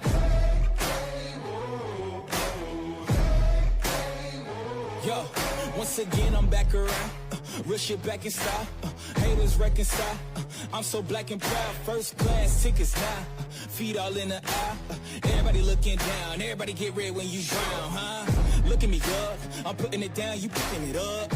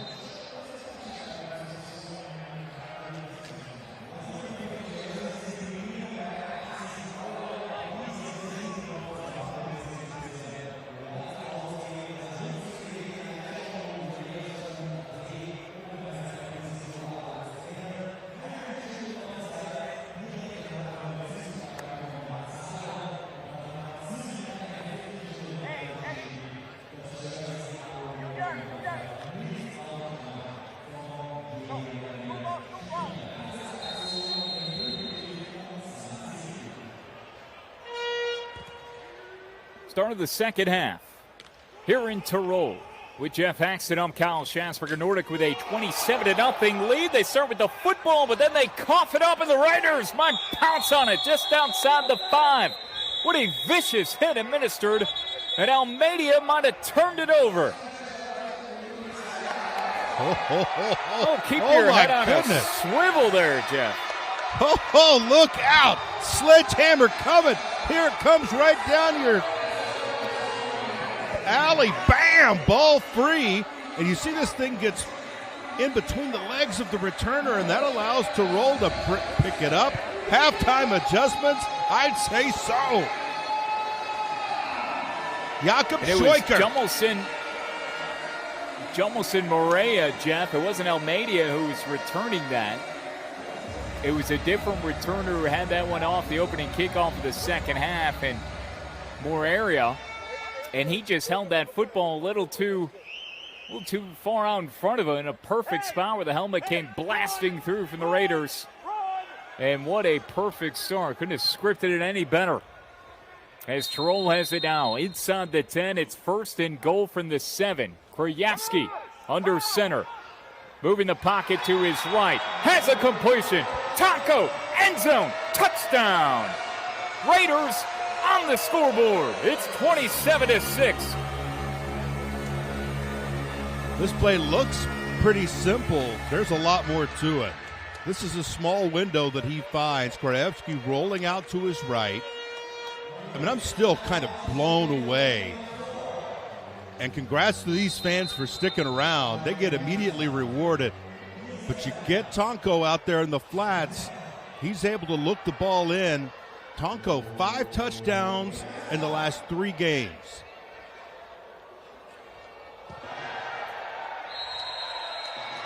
Extra point is good. Tucking it just inside the left upright is Janano Loria. Tonko with his 2nd receiving touchdown of the season. And last week he had 4 catches, 8 yards, and a TD. What I mean by a tight window is there, you've got defenders pursuing Tonko. Yes, little man. Yes, touchdown. But what I'm looking at there is Tonko's running out of real estate rapidly. The timing has to be there because that sideline and that pylon are approaching quick. So that's where you see that little kind of, it's not a sidearm, a little bit of a quarter release there from Krajewski. That's a great play. One of the better plays that we've seen all day. Results in 6. And, I mean, you don't see this very often where the ball just comes flying out on a kickoff return.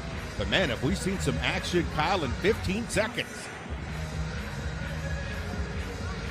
No question. Tirol has turned this game potentially on its head. We'll see what they can do here as Nordic is scheduled to get the football again. However, they already coughed up the first opportunity to begin the second half.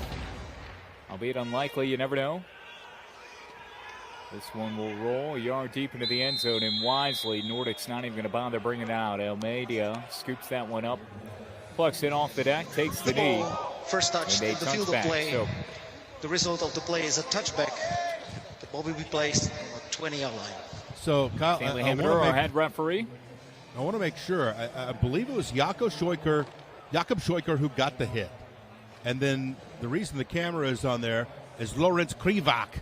He was the one that eventually gouged out the football on that first play of this second half.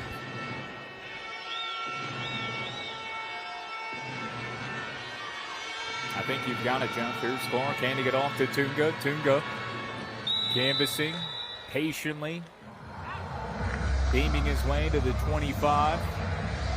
Short gain for Tunga. We had one touchdown in the first quarter to begin the scoring on a lengthy possession of nearly just more than 5 minutes. If you're Coach Fatah, you just want your guys to play football. Guys, settle down. It's man on man. Yeah, they're explosive. Just go out there and play football. Settle down. Tunga again trying to jump through one tackler at the line of scrimmage. He cannot. Julian Koa, defensive end, says no, sir. He's got French and Cameroon blood pumping through those veins. And able to make a splash on that play. And those are 2 good defensive snaps. We know Tunga can break anything. He's going to actually split out wide on this play. Big play for the Tirol D. 3rd and 4, completion. Miranda, who else? Close to the 35. Precious might be down. Precious slow to get up. Miranda, just such a reliable target. What a On the field for an injured player. security blanket you have in the Tirol, form number of 40. Miranda with 2 touchdown receptions, now up to 6 on the season. Coming in the first half, Precious will receive some medical attention. Jeff, you mentioned the blood pumping and the native land for some of the players. Let's take a moment here as you get a second look at the Miranda catch, and then Precious, after delivering the tackle, a little bit slow to get up. Jeff, what blood is pumping through your soul? That's an interesting mix, my guy. It is Kiwi, Native American, and Scottish. I don't know if I've met someone with Kiwi before. Yes. Father born in New Zealand. Okay. And Oklahoma native with member of the Potawatomi Indian tribe. Beautiful. I've got German, Polish, Irish, and a little bit of French Canadian from my mother's side, but mostly German and Polish more than anything. I'm proud of the Irish heritage, the quarter of it. St. Patty's Day, favorite holiday of the year. Oh, yeah, baby. All right, here's Clark on a 1st and 10. Tunga is denied. In the backfield, a monster hit as he is whacked as soon as he got the football. Dobson Hobson. Yeah, I like these 2 defensive tackles. Hobson's the guy you mentioned there, Nigerian. And then you got Lukas Wittberger. He's an Austrian. He's a homegrown. Those 2, 96 and 90, I'll take them on any of my teams. 2nd and 12 for Jadrian Clark. Looking right. Saw spiral over to Tunga at the 30 as he streaks up the near number, close to the 40. Well shy of the first down marker. Painful yards or so. Early minutes continue to tick away in this 3rd quarter. Nordic led 27-0 at halftime. They received the second half kickoff after Tirol won the opening coin toss and wanted the football to begin the game. But Tirol forced a turnover on the opening kick here in the 3rd quarter. Handed inside the 10, took one play. Tim Tonko, touchdown reception. And now Tirol defensively looking to tighten the clamps on a 3rd and 7. Clark pass batted down, kicked up in the air. Fuchelberger will not have the interception, but it is an incompletion. And Storm likely having to punt here as Bulya, Brendan Bulyu will angrily walk to the side. I think you could say booyah for him. Booyah works. Yeah, I think so. Well, and it's a great job by our camera crew. They wanted to note and rightfully so. He got banged up earlier in the game. He's back. That's great news. Punt is away from Max Lambert. Taken around the 20.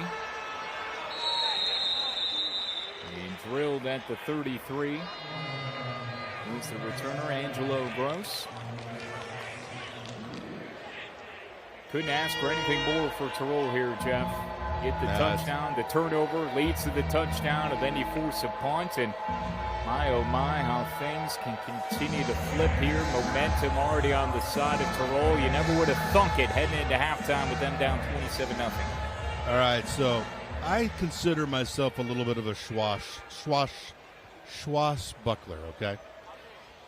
All right, so I like to take chances. There's something about me right here that wants to take a shot. Play action. He's looking for Aaron Jackson. There's the deep ball. Jackson goes up and comes down. There it is. Big Tom drop in the bucket. Kuryaski to Jackson.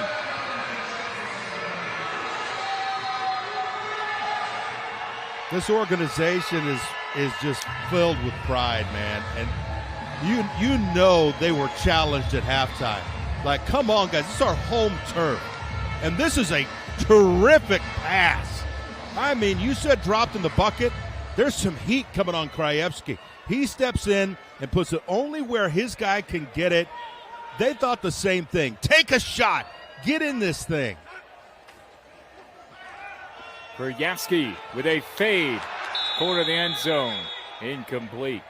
Montgomery, the intended wideout, broken up by Beard, who had that 82-yard pick six in the first quarter. And, Jeff, you hinted at it.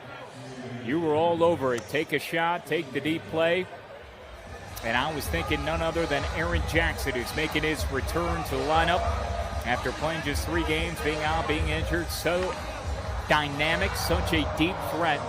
And there's been times today until that very last moment where the connection was missed. Either Jackson was out of bounds on either sideline or down the seam. It was overthrown by Kuryaski. But they finally hit it. Now a 2nd and 10 from the 14. Kuryaski fires at the 11. Sticks it in the belly of Platzgummer. I still don't think I said swashbuckler right, but you know what I'm trying to say. Very similar to Schatzberger. That's probably why I got it. Platzgummer. Tackle made by Adisa. Cornerback coming down. Give us a little you're grace. Just merging. Yeah, give us a little grace. You're merging my name. I looked at the Nordic names, and some of them have 4 or 5 names. You're doing a great job with all of them, and this is probably a good timeout. Coach Vata knows that. Timeout. Tirol Raiders is their Number one, first team timeout in the second half. If we really want to get back into this game, we got to go get 6 here. Number 2, you don't have to get it all here. You don't have to score a touchdown. There's plenty of room down there inside that 5-yard line to move the chains. So what he's going through right now is, all right, do we want to try to get a little bit of this back, a little bit closer to that stick? Because I don't think we're going to send out the kicking team. Maybe they do. That we'll wait and see. But, hey, get your best play because you've got momentum. You knocked the ball free on the kickoff return. You immediately scored. You hit for a huge shot down the middle. Keep this momentum, and you could be back in this game. Kuryaski with 2 wideouts to the left side. One of them is tailback. Here's the snap. Slings it underneath to the left to one of his halfbacks. No, that's Platzgummer, who comes away with the reception. And to your point, Jeff, there it is. You didn't need it all. Not a lot of risk associated with that play there. You just had to put the ball right on the money with Platzgummer running it out towards the sideline and perfectly executed. Now you have a 4th and very short. Could be tantalizing here to go for it. I think you've got to go for it. Yeah. I think this is the decision. If you don't get it, they're pinned back deep. But all your mind saying, hey, let's get 2 yards. It's 4th and 2. Just 2 yards needed for Tirol. Karafsky will keep it himself. Has the first down. Stood up. Still fighting. Chugging. Churning his way towards the goal line. And he is stifled down at the 2. First down Tirol as Krajewski is able to obtain the first down on a 4th down conversion. Pocket collapses from the outside, but the pocket was there. That allows him the middle of the field, Kyle. So he exploits that. He knows in his mind that clock is ticking, and I only need 2 yards. Great play. That's a strong, big-hearted play by the quarterback for Tirol, Krajewski. And Krajewski, I think, wanted the touchdown. He could have slid, but he stayed up. Number 71. Krajewski's what I meant to say. First down. And these things keep barking at Tirol. We've seen it all game long. You can't be knocking on the door more than they are. Back it up 5, and that crazy kind of stunt roll. Yeah, that stunt roll from Nordic. Yes. That got one of the offensive linemen from Tirol to move. I don't think I'd ever seen that many stunts or rolls between as many bodies along the defensive front ever. And it was enough where it kind of hoodwinked the Raiders' offensive line.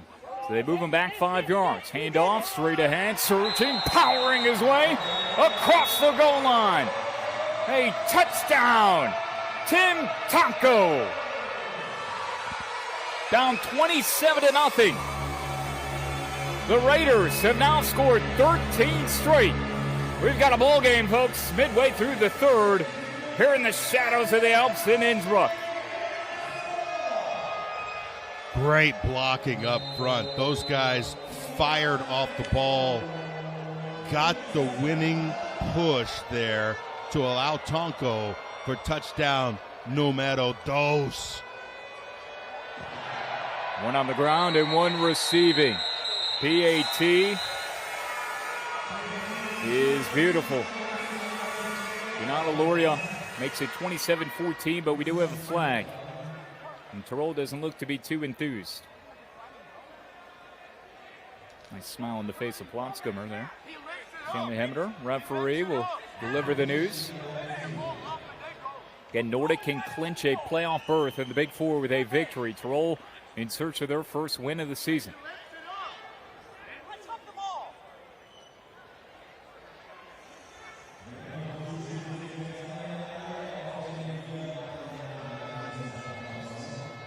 Long conversation.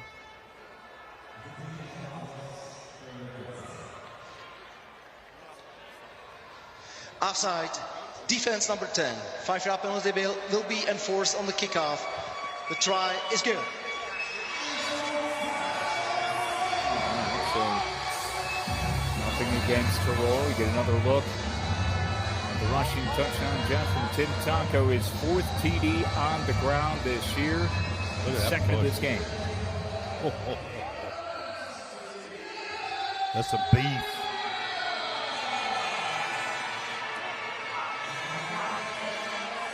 Offensive line made up of Solly Pustinen, Elijah Konjonovic, Tobias Rodlauer, Drew Deuce, Lorenzo Altobelli, all the road graders up front. And Tonko, in spite of the 5-yard penalty, that was tape. Bulldogs his way ahead for Jonas Stelzer. He'll have that tape. He'll show his kids that one day, man. Maybe later on tonight. He's like, hey, gather around, watch me shove this guy through the back of the end zone. Shove him into a locker. Touchback here. And how does Nordic respond? They had a stranglehold. They were just suffocating. Raiders Tirol 27-0 at the half. 2 touchdown passes. Jadrian Clark to tight end Roberto Miranda. Lentunga had a short rushing touchdown to begin the scoring. He had a pick 6. From cornerback Macio Beard. The only blemish was a missed PAT. I think this drive will tell a lot about this game because Nordic certainly has had a message delivered to them like, this is going to be a game today. Now, there's that wave of momentum. You see how that logo is, that storm, that wave. It's pointed the other way, and it's going the way of Tirol. Which way will it turn on this drive? Very interesting. Oh, I love the metaphor here. It's a reception by Tunga, slipping one tackle far sideline up the 40 near the 45, and first down marker might be just shy. Tunga's such a threat on the ground and also in the receiving game. Top running back by a long shot here in the EFA. Nordic, just to reset and remind you, top wide receiver, top running back, top quarterback in this first year of the European Football Alliance. Yeah, Tunga delivered a message there to Gross. Here's Clark. He looked left. Now he's going to rifle down the far sideline. Drops it right into the arms of Beaulieu. Did he stay in bounds? Oh, yeah. Okay. Oh, yeah. Look left. Hook up. That's great work by Jadrian Clark. 5 stars. That little check down to the left. Thought, okay, they've been pretty conservative so far in this third quarter. Tirol's like, he might throw it out there in the flat. That's all he needed to get Beaulieu sprinting down the left side. Perfectly executed for the league leader in yards and quarterback rating. Almeida tightens up on the right side. Pass too tall for Beaulieu. He was closing in on 1,000 yards receiving. He'd be the first EFA wide receiver to crack that threshold. Entered with 894 yards.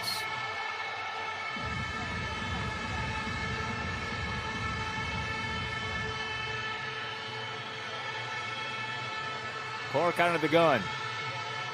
Beaulieu lined up to the left.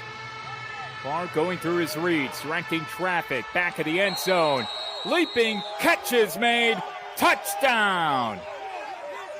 Touchdown Storm! Almeida with the answer. And it's 33-14. Storm extend the lead midway through the third quarter. Miranda putting the crown on the top of the head of Almeida, who goes up and makes it. And this is an amazing concentration play. First off, credit to the offensive line. How much time did Jadrian Clark have? Enough time to point 3 times where he wanted his receiver to go. Almeida obliges, goes up, and comes down and sticks those 2 feet right inside the line. That's 6.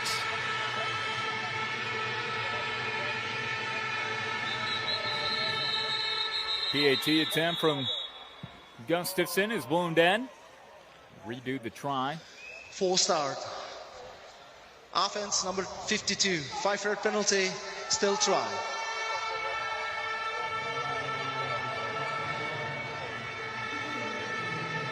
It's Almeida's second touchdown reception on the season. Came here with 16 grabs, 394 yards at a TD. No catches 2 weeks ago in that 37-34 loss against Munich, Week 7.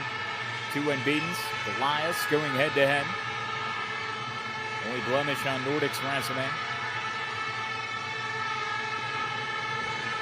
Gustafson will rear back, swing the leg, and miss the right upright. A second miss PAT. And the false start comes back to haunt the Nordic Storm. They've left a couple of points out there. 33-14 is the score. And yeah, you see the patience on display, Jeff. And the offensive line working wonders and allowing Clark to find Almeida back in the end zone. I mean, this is right through the window sill. The window wasn't really open there. And Rucker delivers a great shot, but then he has to hear it from Almeida. That's just a great play, man.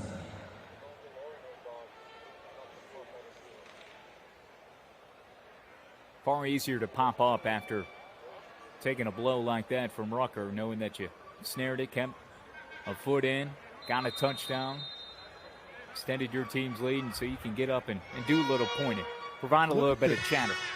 Look at this setting, Kyle. I mean, the sun going through the stadium, the Alps in the background. It's just beautiful. Here's a nice return from Tobias Benatti with the sunshine peering through onto this all-natural surface at Tivoli Stadium. You can see the ridges of the Alps beyond the upper rim of the stadium. Side of the championship game coming up on August 29th. The topography is otherworldly here in Innsbruck, Jeff. You know, I'm thinking about like just comparisons in the United States, and I think I got to go to college football, right, where you get that Brigham Young, Vista, Utah State up there in the Rockies, Wyoming, to try to get some comparisons. Big play here. Hey, Tim Conco, he also nearly disintegrated down the near sideline as he flashed some invincibility. Back to the future, man. Sound graphic. My goodness. You know, it's he funny, had the Jeff. flux capacitor. I'm on a extended vacation here, getting some time away from Ruston, spending time with my daughter, Ruston, Louisiana, where I'm headquartered, around Lubbock, Texas, and got to go to the Virginia Mountains, the old Civil War battlefields and trails. You got the cobblestone lining all the roadways. I mean, historic stuff as Kuryavsky will step up in the pocket, rumbling towards the far sideline. He's roped down inside the 35. He's past the midway point of the third quarter, 33-14. But I went on a hike the other day with my cousin before we went up to New York City, which was the main event of the vacation. I'll be at the beach all next week, so it's just like bang, bang, bang, bang. I need 2 or 3 more jobs, and I know you can't argue with me there. We're all in the same boat here together. However, I went on a hike, 5.5-mile hike, 2.5 hours with my cousin in the Appalachia Trail. It was stunning. It was beautiful. It was otherworldly, unimaginable stuff. The sights, the scenes, and just knowing, as Kuryavsky on a 2nd and 5, his pass is batted down, just knowing that you have schools like Penn State up in, Happy Valley and through all the mountain ridges. You have Virginia Tech, in Blacksburg with the mountains consuming you. Even in Morgantown, you get a little bit of that with West Virginia. The examples you gave, which is more familiar to your territory, is probably the most boisterous and well-representative with Utah and BYU. But, all the scenes, I think of where I'm helping to deliver this game right now. Under 6 to play in the third quarter. I'm in Winston-Salem, North Carolina. I'm 30 minutes from the mountains. Boone with Appalachian State just nestled so beautifully in the high country. I mean, it is incredible. And the Alps and this scene in Innsbruck delivers to you what very few places can in America, but certainly we can appreciate those settings. So it is a beautiful thing. All right, I think you got to go for this, Shaz. You're doing your best to compete. You're not out of this if you're Raiders. It's going to be tough to stop the Nordic Storm. Their offense is crazy good. But I don't worry about field goals here. Get your best play. You've proven that you can make yardage in this kind of scenario. Keep the sticks moving. I think this is the right call.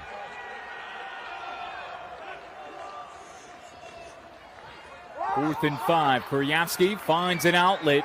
Gonna need a lot of run after catch here. Inside the 30. It's Halswanter, and Tirol gets the first down. This is terrific. He stopped. He stopped short. But we talked about weight room. This is lower body strength. Watch this. Pop! No, he stays up. That's a good lick. Now he's got to wrap him up there instead of trying to knock him off his wheels. But Halswanter says, no, that's not going to get it done, man. That was some bully ball from Halswanter. Kuryavsky fakes the handoff to Halswanter. Now throwing left side, and no shot for Aaron Jackson, but in coverage. Jamison Maria, who fumbled that opening kickoff of the third quarter. Hawley, defense, number 2. 5-yard penalty, automatic, first down. So Maria gets the penalty against him.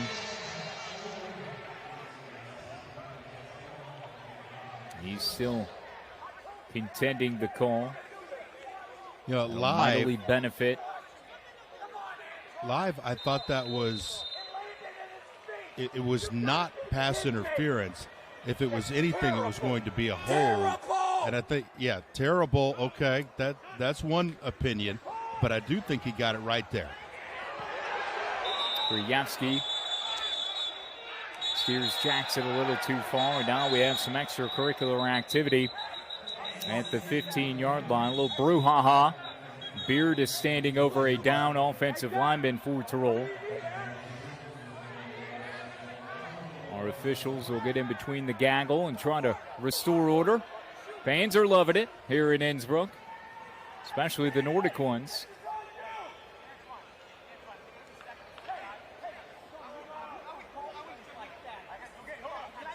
It's a 19-point ball game.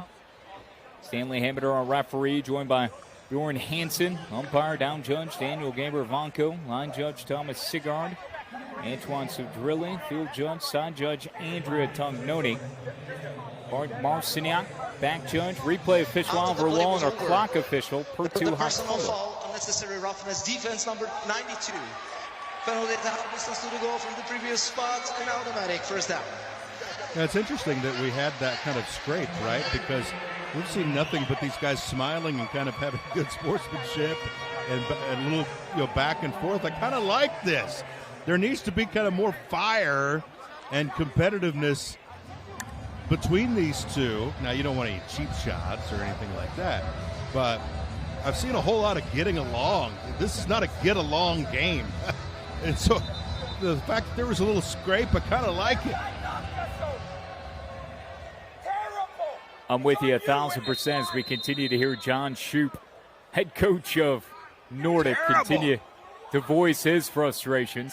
Love that getting picked up. But, yeah, the smiles are starting to dissipate as Krajewski overshoots his back there out across the 10. That was his tight end, actually, and Marcus Schwarbel. 3 catches, 12 yards last week in a loss against Munich, 32-24. But I think of the play earlier with Glenn Tunga when he was running out of bounds, and then he kind of just backed up because he ran into a wall of 5 or 6 white shirts, and they're all smiling and laughing. We've seen a lot of that. I want the vitriol. I want the venom being spewed on both sides. Where's the hatred? That's why people tune in. And I think we've reached that. I think we've reached that stage of the ball game, Jeff, especially with the scoreboard here. And Tirol trying to stay in it. They had scored 14 straight. Halswalter angling inside the 10, close to the 5.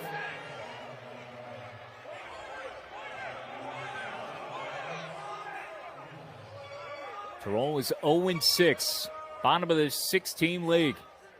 Year 1 of the European Football Alliance. Munich enters at 6-0. They deliver the lone defeat to the Storm. Munich is hosting Frankfurt tomorrow at 1 o'clock. A full weekend here in Week 9 for the first time since Week 5. Let's remember now, if they punch it in here, that's a 21-point third quarter. Just shy is Tim Tonko. 2 touchdowns. Gotta go. 1 on the ground, 1 through the air. I'm with you, Jen. Speed it up. Hurry the line.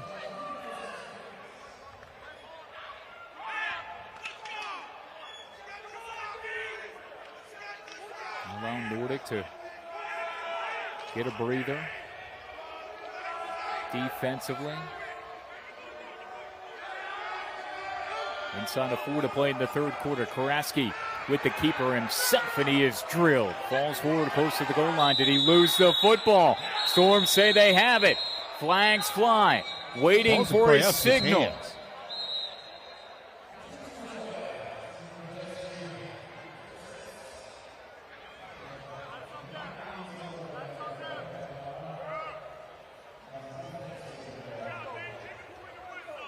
He got the yards needed for a first down.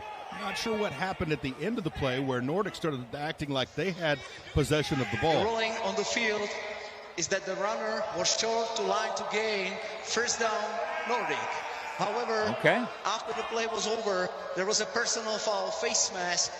Raiders, number 61, 15-yard penalty, and first down Nordics. Just throwing salt in the wound there, so it's a 4th and goal stand. Nordic comes up strong. They build the wall. Tirol can't get it. I'd love to see that again. I would love to see that again because I thought he got the yards needed to gain, which would mean that the drive continues, then the penalty would back up Raiders. But now it's, like you said, salt in the wound. Not only do you turn over possession on downs, but you get them out of the hole they were going to be in by marching it 15 yards to the right of your screen. So that's just massive. We were about to have a ball game again, and Raiders could have had a 21-point third quarter, and that would give them all kinds of confidence.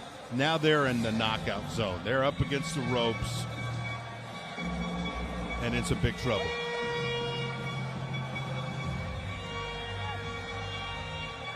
Goal line stand from Nordic at 33-14.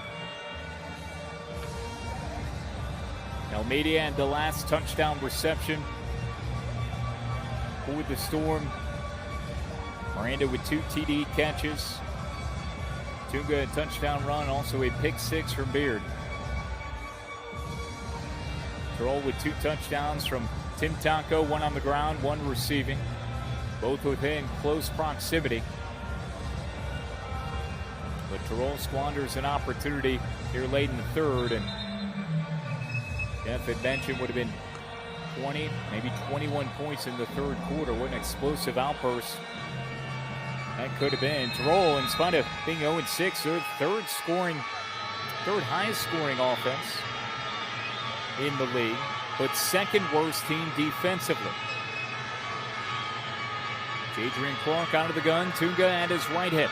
2 wideouts to the right side. Here is Tunga as he slashes across the 20, close to the 21.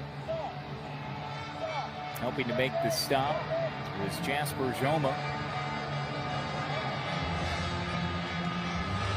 Dobson Hobson has had a terrific day. There he makes sure Tunga can't get loose. Does a little lasso move to the ground.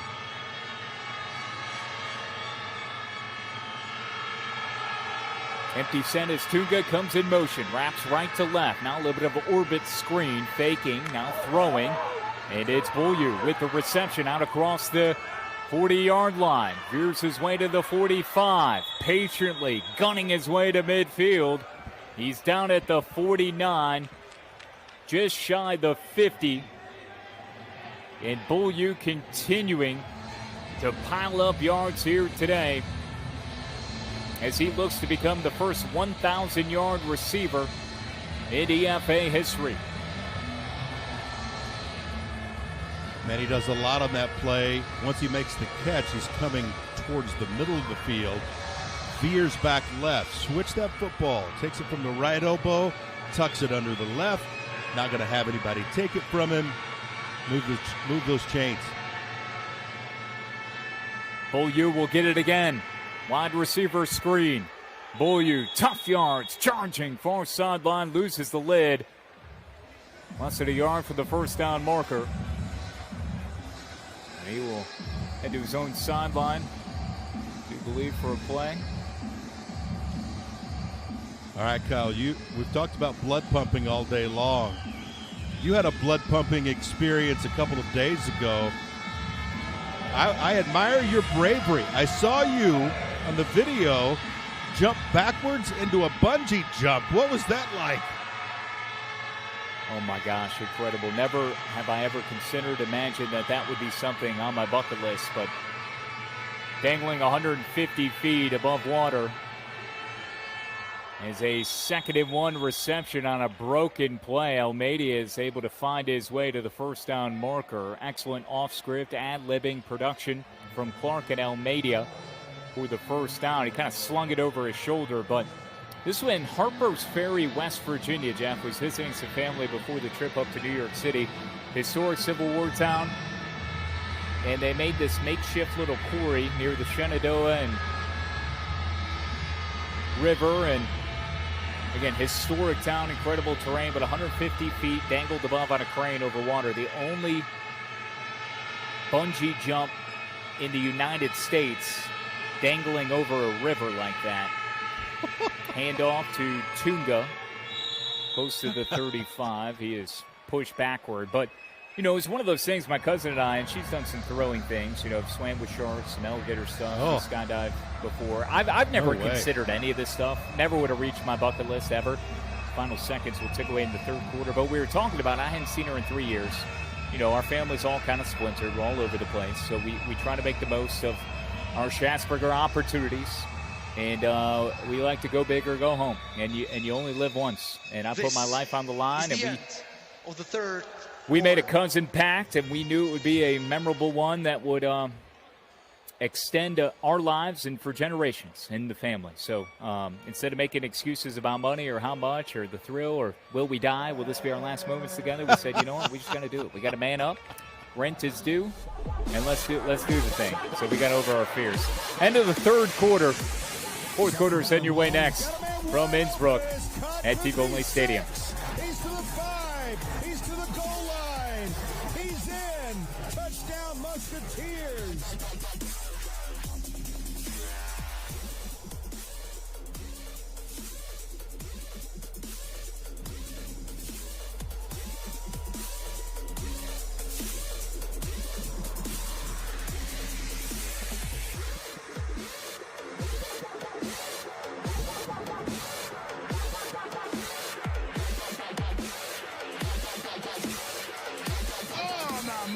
Touchdown, tight end. Andrea Botello Moreno for 6.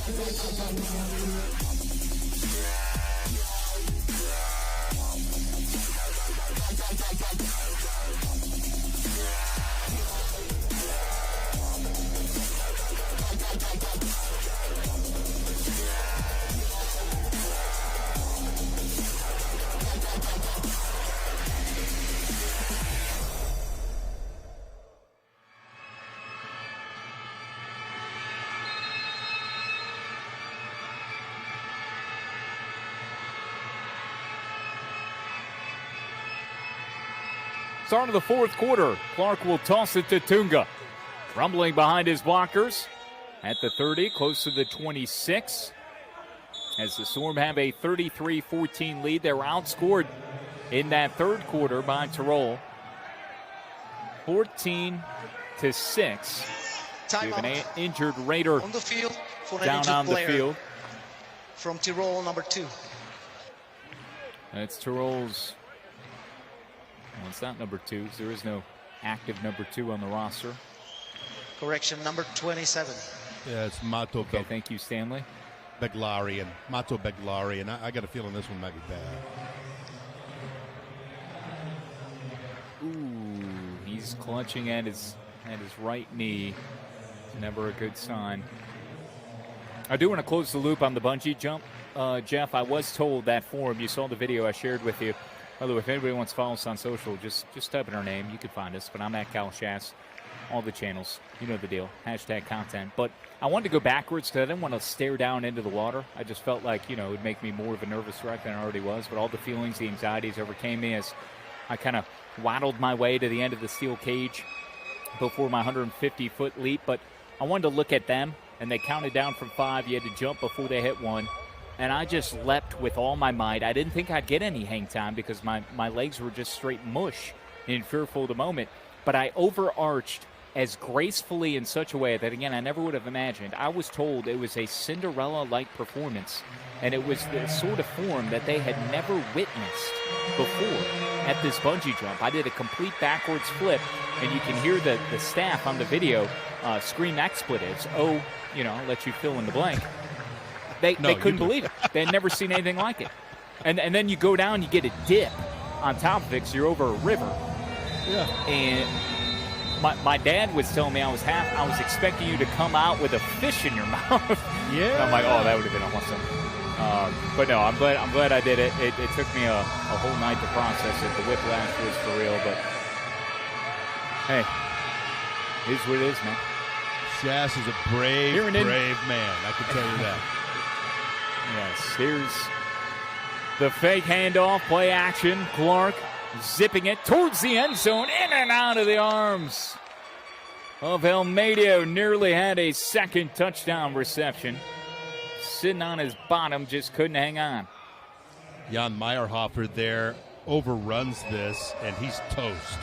And then when he looks up at the result of the play, he's like, oh, man, did I dodge one there? He starts clapping. You see, overran it. Okay, that little tug, though. Hey, again, great lesson. Don't give up. Don't give up on a play. Meyerhofer was toast, but that little grab got him off balance enough for him to drop it.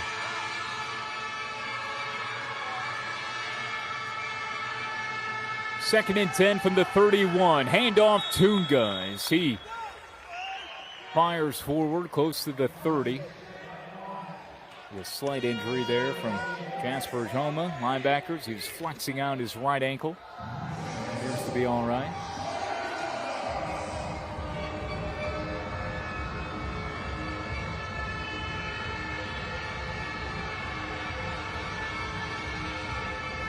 Third and 3 for the Storm. Trying to punch their ticket to the Big Four coming up in the middle of August. A win would move them to 6-1 and guarantee a playoff position. One of 4 teams. Munich has already punched their spot. Reception over the middle, a first down for Beaulieu. Leading wide out in the Alliance. I don't have a tracker, Jeff, on him. Our live stats haven't functioned here for this broadcast, but he only needed 106 yards. I've got to believe he's there, over 1,000, becoming the first wide receiver in European Football Alliance to do so. He's easily over that. As you see Hobson there getting a little bit of water. One thing that Jadrian Clark does so well, Kyle, is the fundamentals. He'll look off his receiver like right there and then fire over the middle touchdown. I mean, his fundamentals and his talent combined make him so dangerous. That last play, he gets his eyes, and all of a sudden you're following those eyes, and then he's not has no intention of going to where he's looking. Looks off that receiver. That's 2 of them. 2 in a row, as a matter of fact, for Almeida. That head fake is something special. I'm glad you brought that up because it is something that will really move the defenders, and that's what you're taught. That's what you're trained to do as a quarterback. You got to look off your defenders, and Clark does such an excellent job with it. And it is so deliberate, it is so dramatic, and those defenders are reacting to those head fakes. Look at him move his head to the right quickly, and then he fits it in a tight window. Precious was there roaming in the front end line of the end zone, but he put it in the one spot it would be assuredly a touchdown. Almeida dancing with all his teammates. They love it. There'll be a lot of dancing tonight as Nordic is well on their way to a 6th win of the season. So he had the Swedish flag there, the Sweden flag on his head, and when Nordic comes out, they've got the Denmark flag and the Swedish flag. Yeah, they're going to be dancing all the way back to Denmark and getting ready for another road trip as they're coming off this bye. And, man, they, we were talking about it at the third quarter break. Raiders came out, and if you're just joining us, they smashed the ball free on the kickoff return. Next play, they're in for a touchdown. Get a stop. Take a shot, punch it in. They had a chance for a 21-point third quarter, but that was almost like a wake-up call for Nordic. You could just see it. It's like, okay, these guys are going to give us a game here in the second half. We have to start playing again. And then one of the top teams in this EFA said, okay, let's do this thing. And they just went back to business, back to making plays, tackles, getting guys to the ground, and then they got all these skill guys. They just overrun you.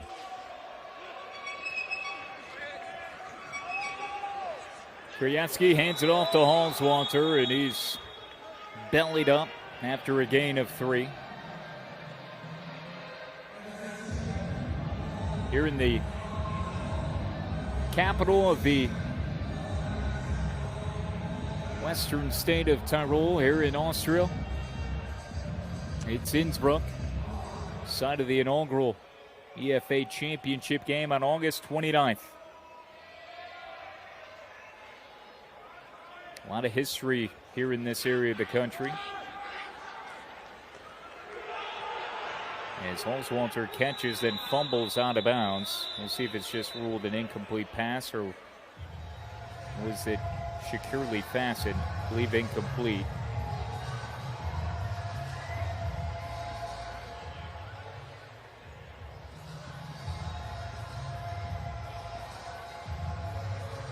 I think he made a football move here. Rolling the clock. Yeah, looks. Des caught it, the result by of the play is a complete catch and fumble forward out of bounds. So the spot will be returned to the spot of the fumble, and we have second down.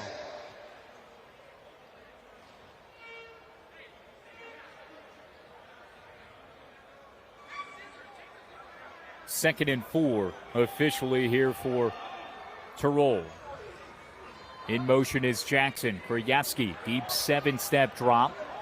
Now jetting forward in between the hashes. Slips one tackler across midfield, 45. Still tornadoing his way down to the 40. He's twisting and falling. That's tough running from Krajewski. And a flag on the play. One thing he does when he decides number to tuck the 73, ball. 10-yard penalty from the previous spot. Repeating That'll second wipe down. out the rush. One thing he does when he's tucked the ball, he knows how to soften blows that are coming his way. It's just the subtle little movements to where he doesn't take huge hits. He knows he's going to take a hit. But I've been impressed with his ability as the defenders are crashing down on him. And we've seen him slide. That, of course, that's a move that keeps quarterbacks upright for seasons.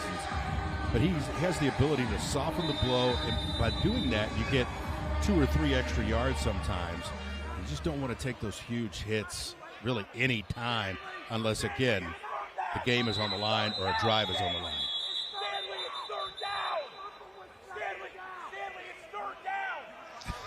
Timeout. Here, John Shute. Nordic Storm is their first team timeout in the second half.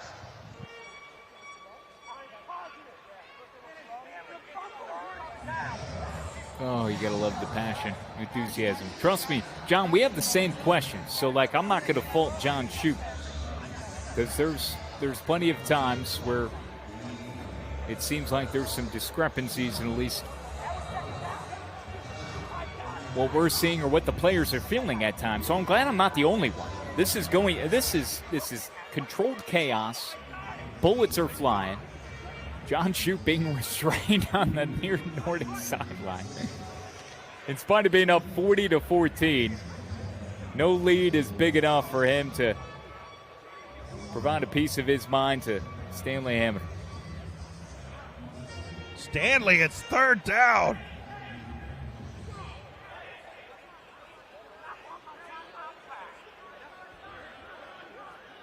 And get a good look at Brendan Beaulieu, too, leading receiver. He's going to kick out of his coach. Scratching and clawing, fighting for every inch, every down.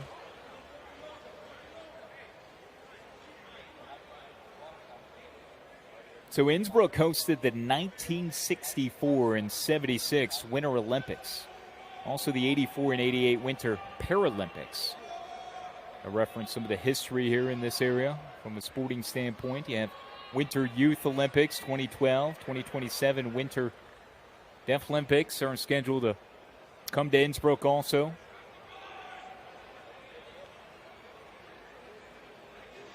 Because the previous play was a second down, so the down with the penalty should be the third down, and we now repeat the third down. Also, Nordic timeout is giving back.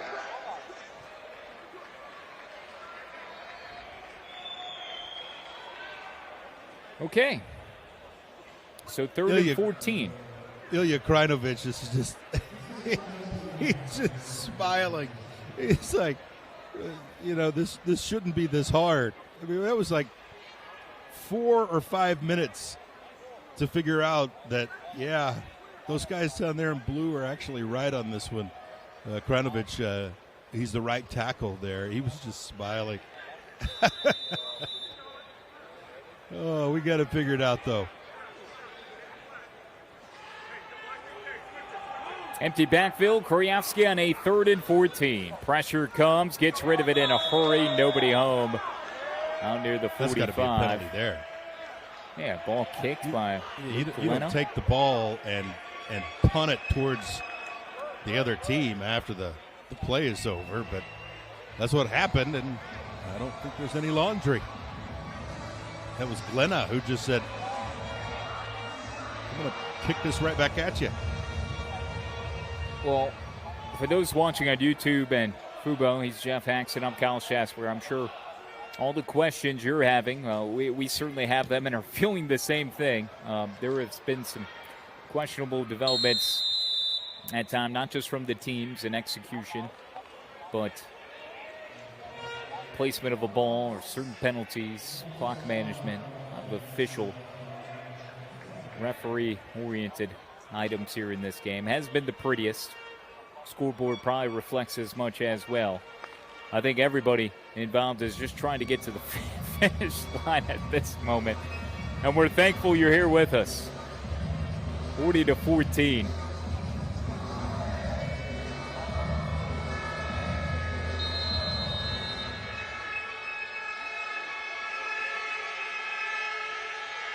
Daniel Christer Vretman, the center over the football for Nordic. At the 41 of Tirol. Toss left side to Tunga. He does a disappearing act as well as he vanishes on the near sideline. Spins his way to the 40. And another Nordic Storm first down. Yeah, this can be a nightmare for anybody. Look at Fabricius here. He is a pulling guard there. And I'm telling you, if you're Tunga, you want to just stay behind that guy. Stay behind him as long as you can, and then burst forward. Precious Agavoa chasing down the play. But when I saw Big 7'9" pulling out there, leading Tunga, I knew that was going to be a big gasher there for Nordic Storm. Jakob Green in the slot to the right side next to the top receiver, Beaulieu. And it's a handoff to Tunga as he surges ahead. Minimal to no gain. Final 10 minutes of this fourth quarter.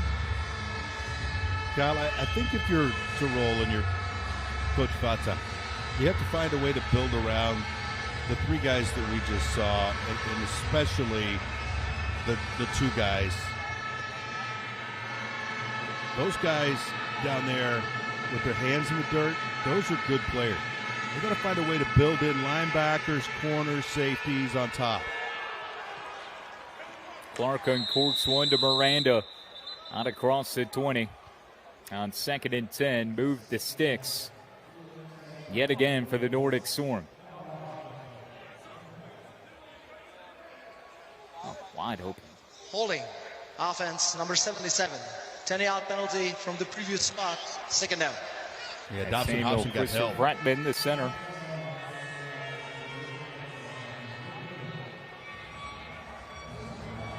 What a name, Dobson Hobson.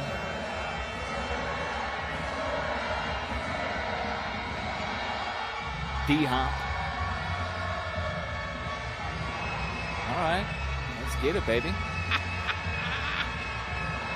Again, It's supposed to be fun, baby.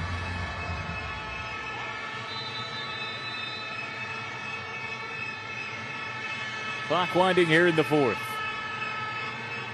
2nd and 20 after the holding penalty. Tunga directly set behind Clark. Fakes the handoff. Wheels it over the middle and off the outstretched fingertips of Beaulieu. Oh, that get up amongst this whiteout from one of the Tirol Raiders fans.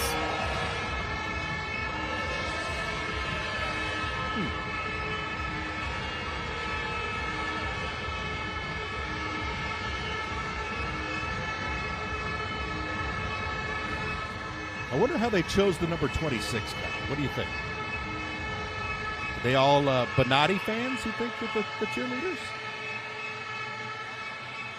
Oh, it's the It must year. be. I mean, why not? But it'd be Taco, 26, right? Oh, yeah, 26 EFA. Here's Clark. He's going to take a deep shot. Beautiful twisting spiral just beyond the leaping grab of Almeida. Yeah, I'm sorry, I missed Tonko fans. Yeah, you got it. I got you.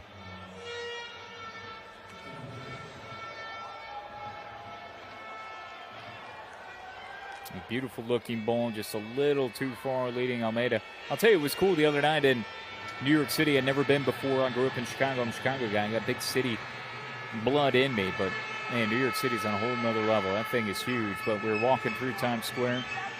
Got to see the ball. It's like permanently up there on top of one of the buildings in Times Square. 2026. Punt gets away. John Shoup still railing against the officials. End over end, bounces through the back of the end zone. But yeah, Times Square, an overwhelming thing, Jeff. I don't know. You've been to New York City because you've called basketball games. Didn't you all have the epic comeback against Duke this past year? That was at MSG, was it not? Yeah, it was against Duke at Madison Square Garden. Went crazy in the second half. Christian Anderson, who's now a Hornet and is playing in the NBA. I've called now 7 games at Madison Square Garden. And so cool. Each time, just to kind of echo your point, and being a small town tourist that I am, and that's the world's most famous arena. For those that might not be aware, that's the nickname affectionately given to MSG in Manhattan. I'm so happy to have been able to call games there, as that was a little short there, and good defense by Nordic.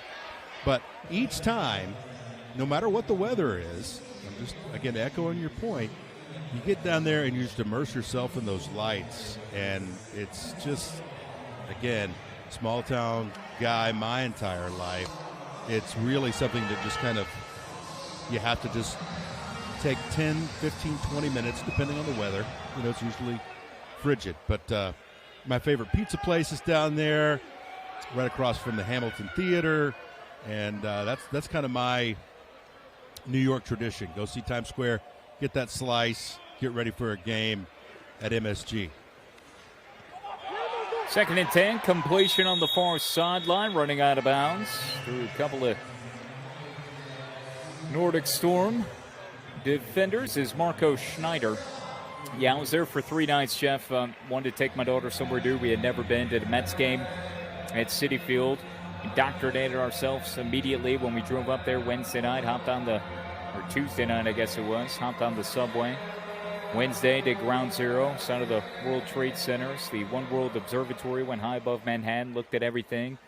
Did a lot of walking to Wall Street, all those things. Francaise, a tavern, one of the oldest in the States. George Washington said farewell to some of the troops there way back in the day. 1st and 10, incomplete pass, broken up by Drew Millison, and he will shoulder the sword in his right hip pocket.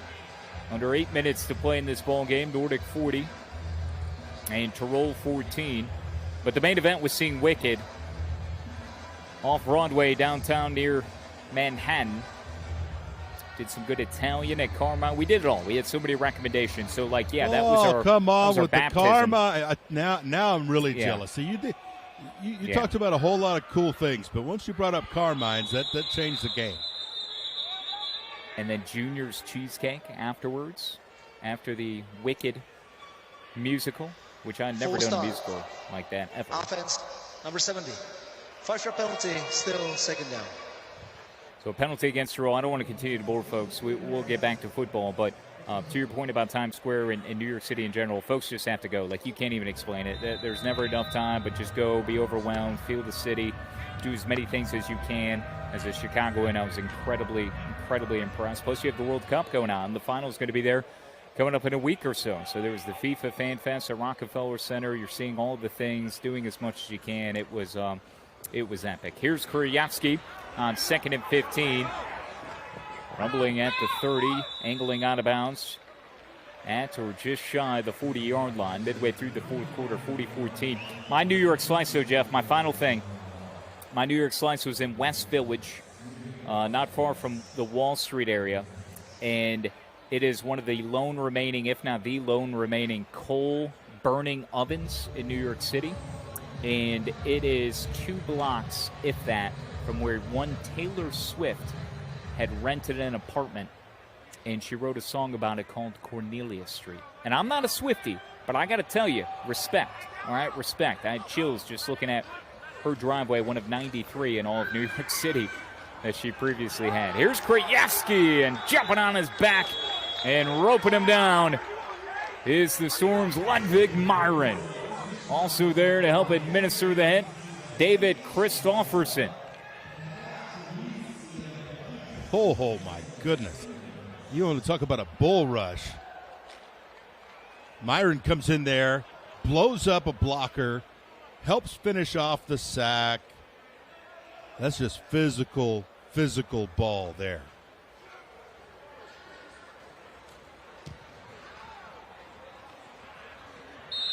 Punt away from Tirol, and that drifts out of bounds. Nordic will have the football, looking to salt away the final 6:43. At least as healthy of a chunk of it as they can, ahead 40-14. All right, Kyle, we've pontificated a lot today on other games, keeping track of it. Big game coming up tomorrow. But I want to ask you this question. Is the Prague victory over Paris today the most impressive or biggest win by a team in this league this year?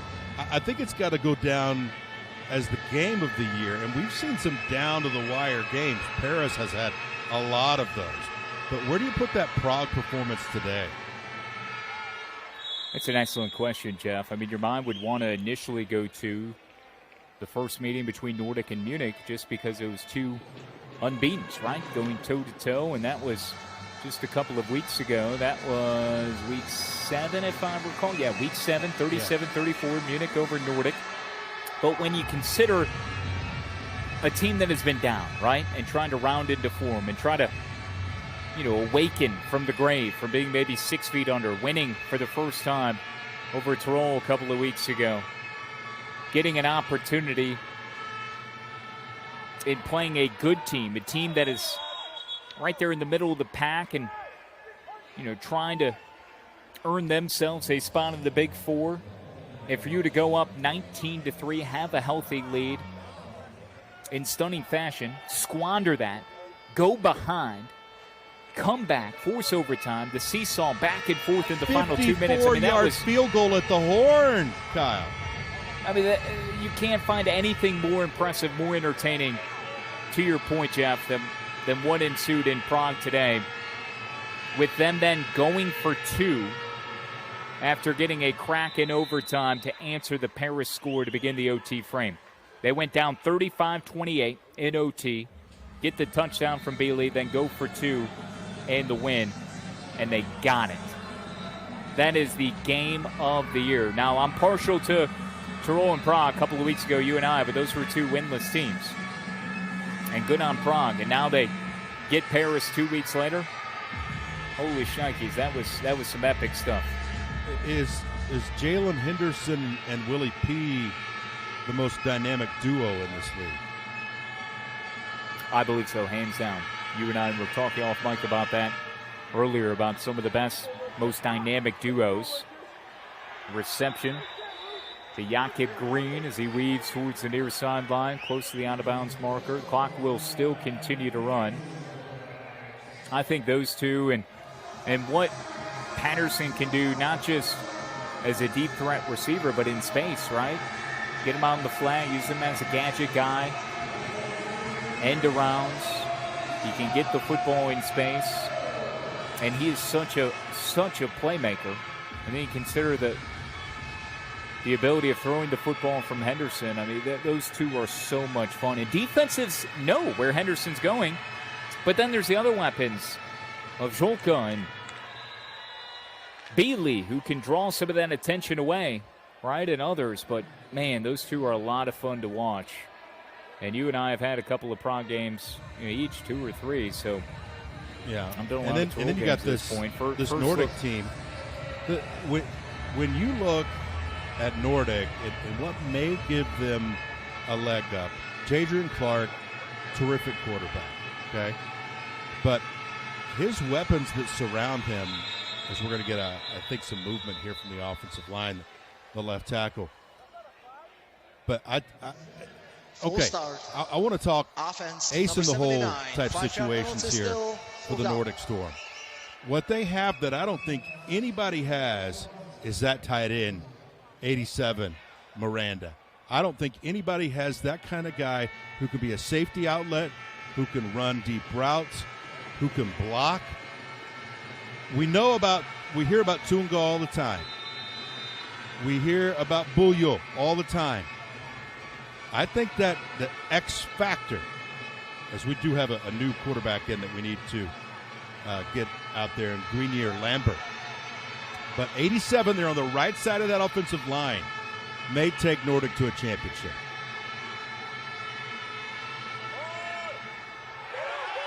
Pass is thrown and intercepted at the 44. Running down the far sideline for Tirol, it's Angelo Gross, and he is blasted out of bounds at the 25. So new quarterback comes in, and Max Lambert. Not sure if it was miscommunication, misguided routes, either way underthrown and telegraphed in epic fashion by Gross. So a late burst of positivity for Tirol. It's going to be too little, too late.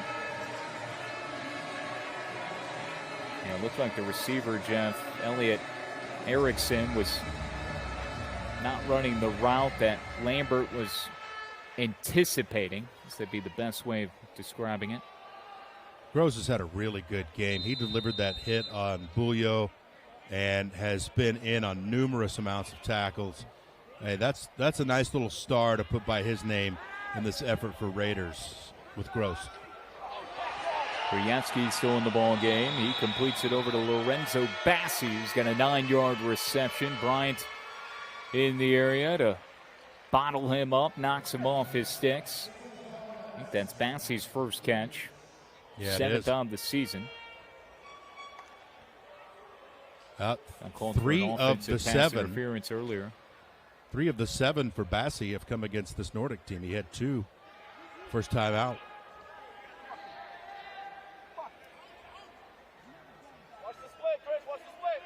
Clock turning in the final corner.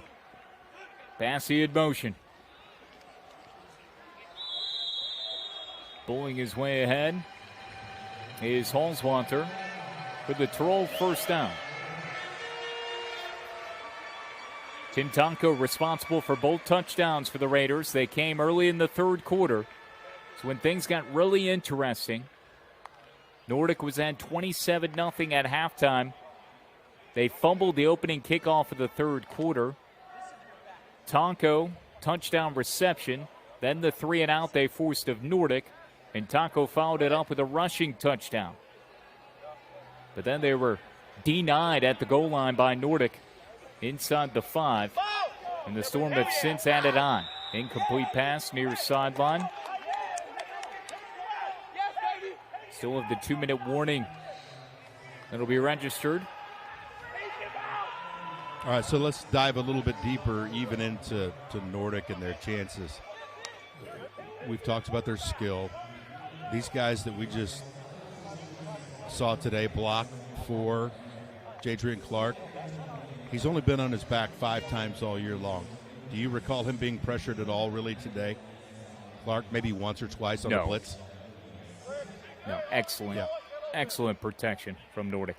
Yeah, offensive line, keeping him upright, keeping him with time to make decisions.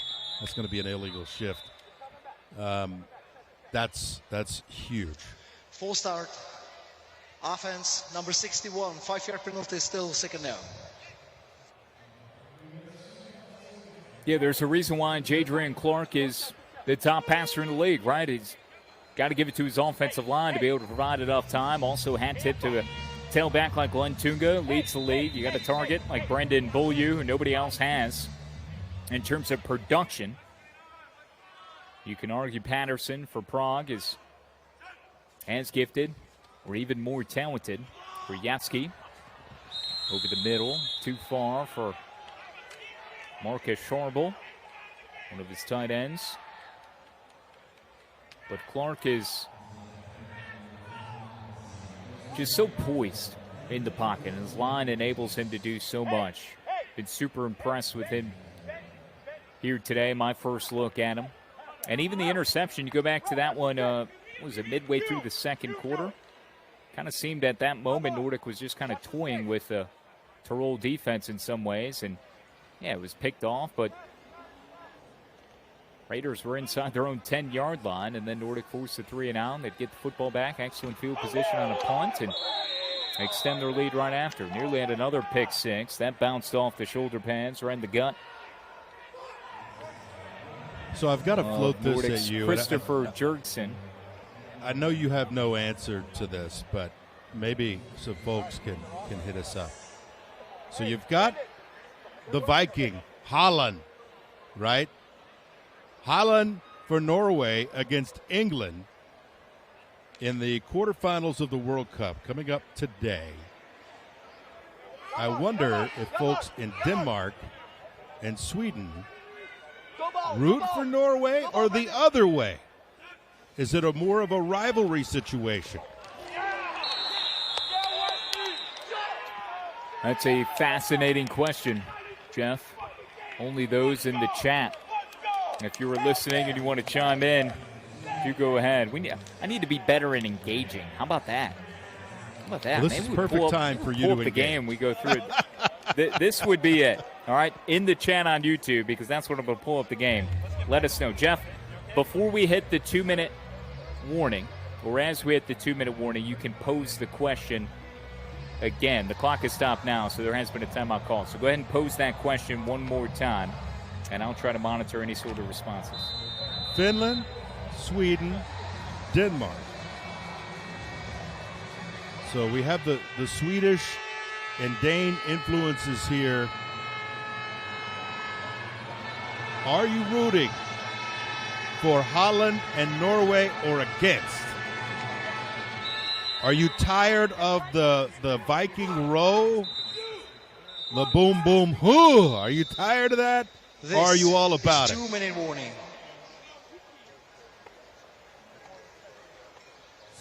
We have reached the 2-minute warning. I've already seen. We've got one response. Someone says, "Oh God, you're in America, aren't you?" That might be from us, though. I'm from Sweden. Yes, we root for Norway in the World Cup. That's from Ninjas M. Wallen. Thank you. At Stephen Rashu 7748. We are at a national vote in Denmark, and we are rooting for Norway. We had a national vote in Denmark rooting for Norway. Let's see, what else? I do wish the announcers engaged with the chat more. Okay, here we go. At G-Unit 0301. I'm doing my best here, all right?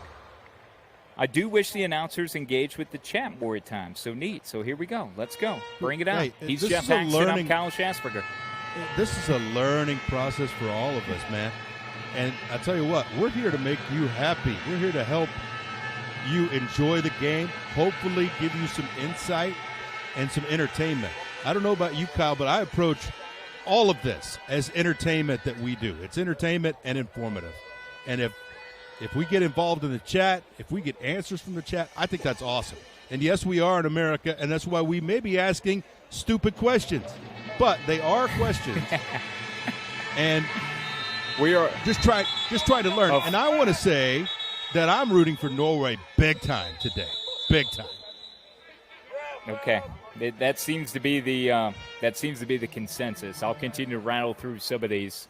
Again, love the interaction from those watching on YouTube. Thank you to everyone in the chat. We got a whistle here out of the 2-minute warning. Plus, we've got somewhat of a blowout. So this is perfect timing here over the final 2 minutes to get some World Cup takes, and we'll do our best to field those. So we are on loan from America, helping to provide you European Football Alliance coverage here Week 9, Nordic and Tirol. And by the way, I don't want to speak for you, but I've really enjoyed this. I mean, I've kind of endeared myself to these teams. We were watching Prague and Paris while we were doing this game. It makes me want to travel over there. I've just really enjoyed my time. And like you said, on loan, doing the best we can. The product online, to be honest with you, is really darn good. We get crowd shots. We get coach audio. We get player audio. They get tight shots. The whole production. And we dial into Latvia, for goodness sake. So this is kind of, again, new for all of us. But, man, I've had a great time. I don't know about you. No, I agree, Jeff. It is awesome, and especially going through the chat now and having some time to read some of these responses. Frederick says, we roll with Norway. Tonzilla agrees. We are rooting for Norsk. That's from BAACAEL. At 4 degrees below, who's the best edge rusher in the league right now? Ooh, that's a great question. We'll have to marinate on that one. At SkyQuest 2K8, I am American and British, so rooting for England. I'm in the USA, and of course I'm rooting against the Redcoats. That's at G-Unit 0301. Lambert dials up a deep ball that was called inside the 30-yard line. Almeida has another big reception for the Storm.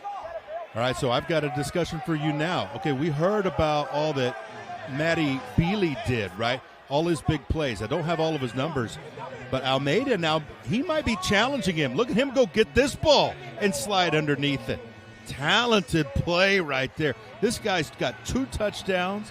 He's just been all over the place, and that'll be interesting to see who's your EFA Player of the Week on offense. 90 seconds remaining. Clock continuing to tick. Josh likes it cold on YouTube. I don't know why, but I'm seriously enjoying this football. So are we, Josh. Yeah, Norway. Man. Tell your friends. We all root for Norway. Row, row, row. Nordics root for Nordics. They're our brothers. Even the English. Look at that. Everybody loves Holland.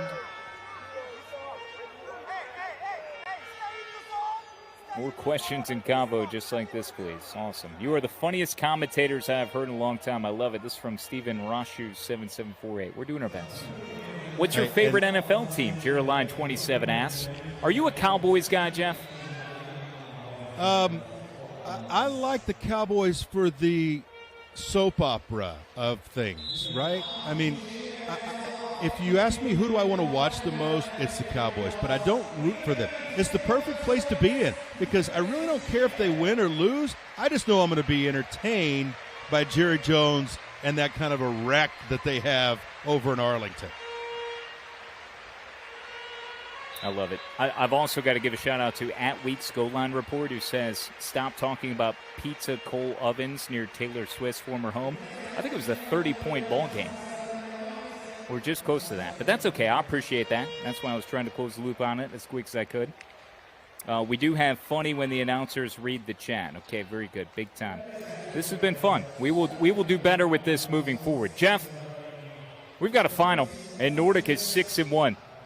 Final seconds tick away. The Storm pick up a 40-14 This is the end dismantling victory over the Raiders of Tirol here in Innsbruck. The Storm clinch a berth in the Big Four. They are postseason bound. Now 6-1 on the season. The Raiders still winless. They fall at home in whiteout conditions. They're now 0-7. 40-14 is the final.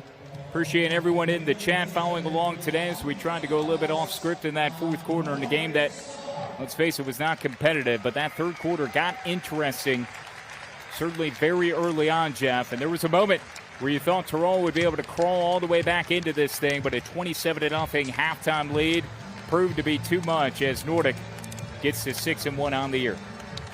Tirol will be back. I'm just not sure when. And Nordic is here now, my friend. I enjoyed every second. Enjoy the rest of your weekend, my guy. And shout out to Charlie. The chat is urging us to shout out Charlie. Shout out to Charlie. Jeff Haxton, you're the man. Thank you so much. That's it for us in Week 9. One more game coming up your way tomorrow. That'll be Frankfurt at Munich. Frankfurt will look to deliver Munich their first loss of the season. 3-3 Galaxy and the 6-0 Ravens Sunday at 1 p.m. He's Jeff Haxton for our entire EFA crew behind the scenes, and Krista, Jason Johnson as well for helping to coordinate things. I am Kyle Schasberger. That'll do it from Tivoli Stadium as Nordic knocks off Tirol 40-14.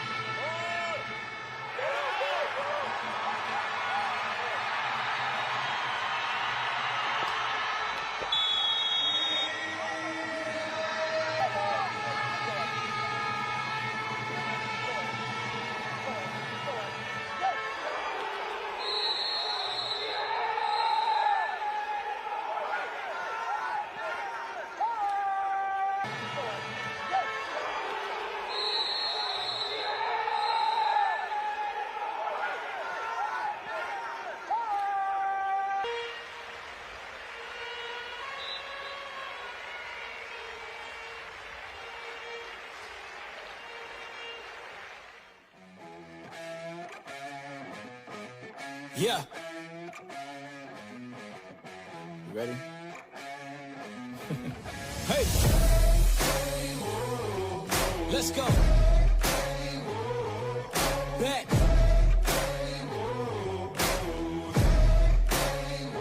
Yo, once again I'm back around. Real shit back in style. Haters reconcile. I'm so black and proud. First class tickets now. Feet all in the aisle. Everybody looking down. Everybody get red when you drown, huh? Look at me, dog. I'm putting it down, you picking it up. Checking the models, they want us to go to college just so we can be stuck. Go to school to make a living, or teach yourself to make a fortune. Common sense, welcome to the apocalypse. Bitch, I'm one of the horsemen. I don't need your endorsement, I don't need reinforcement. Giving you your last warning, cause I'm at my prime. Yeah.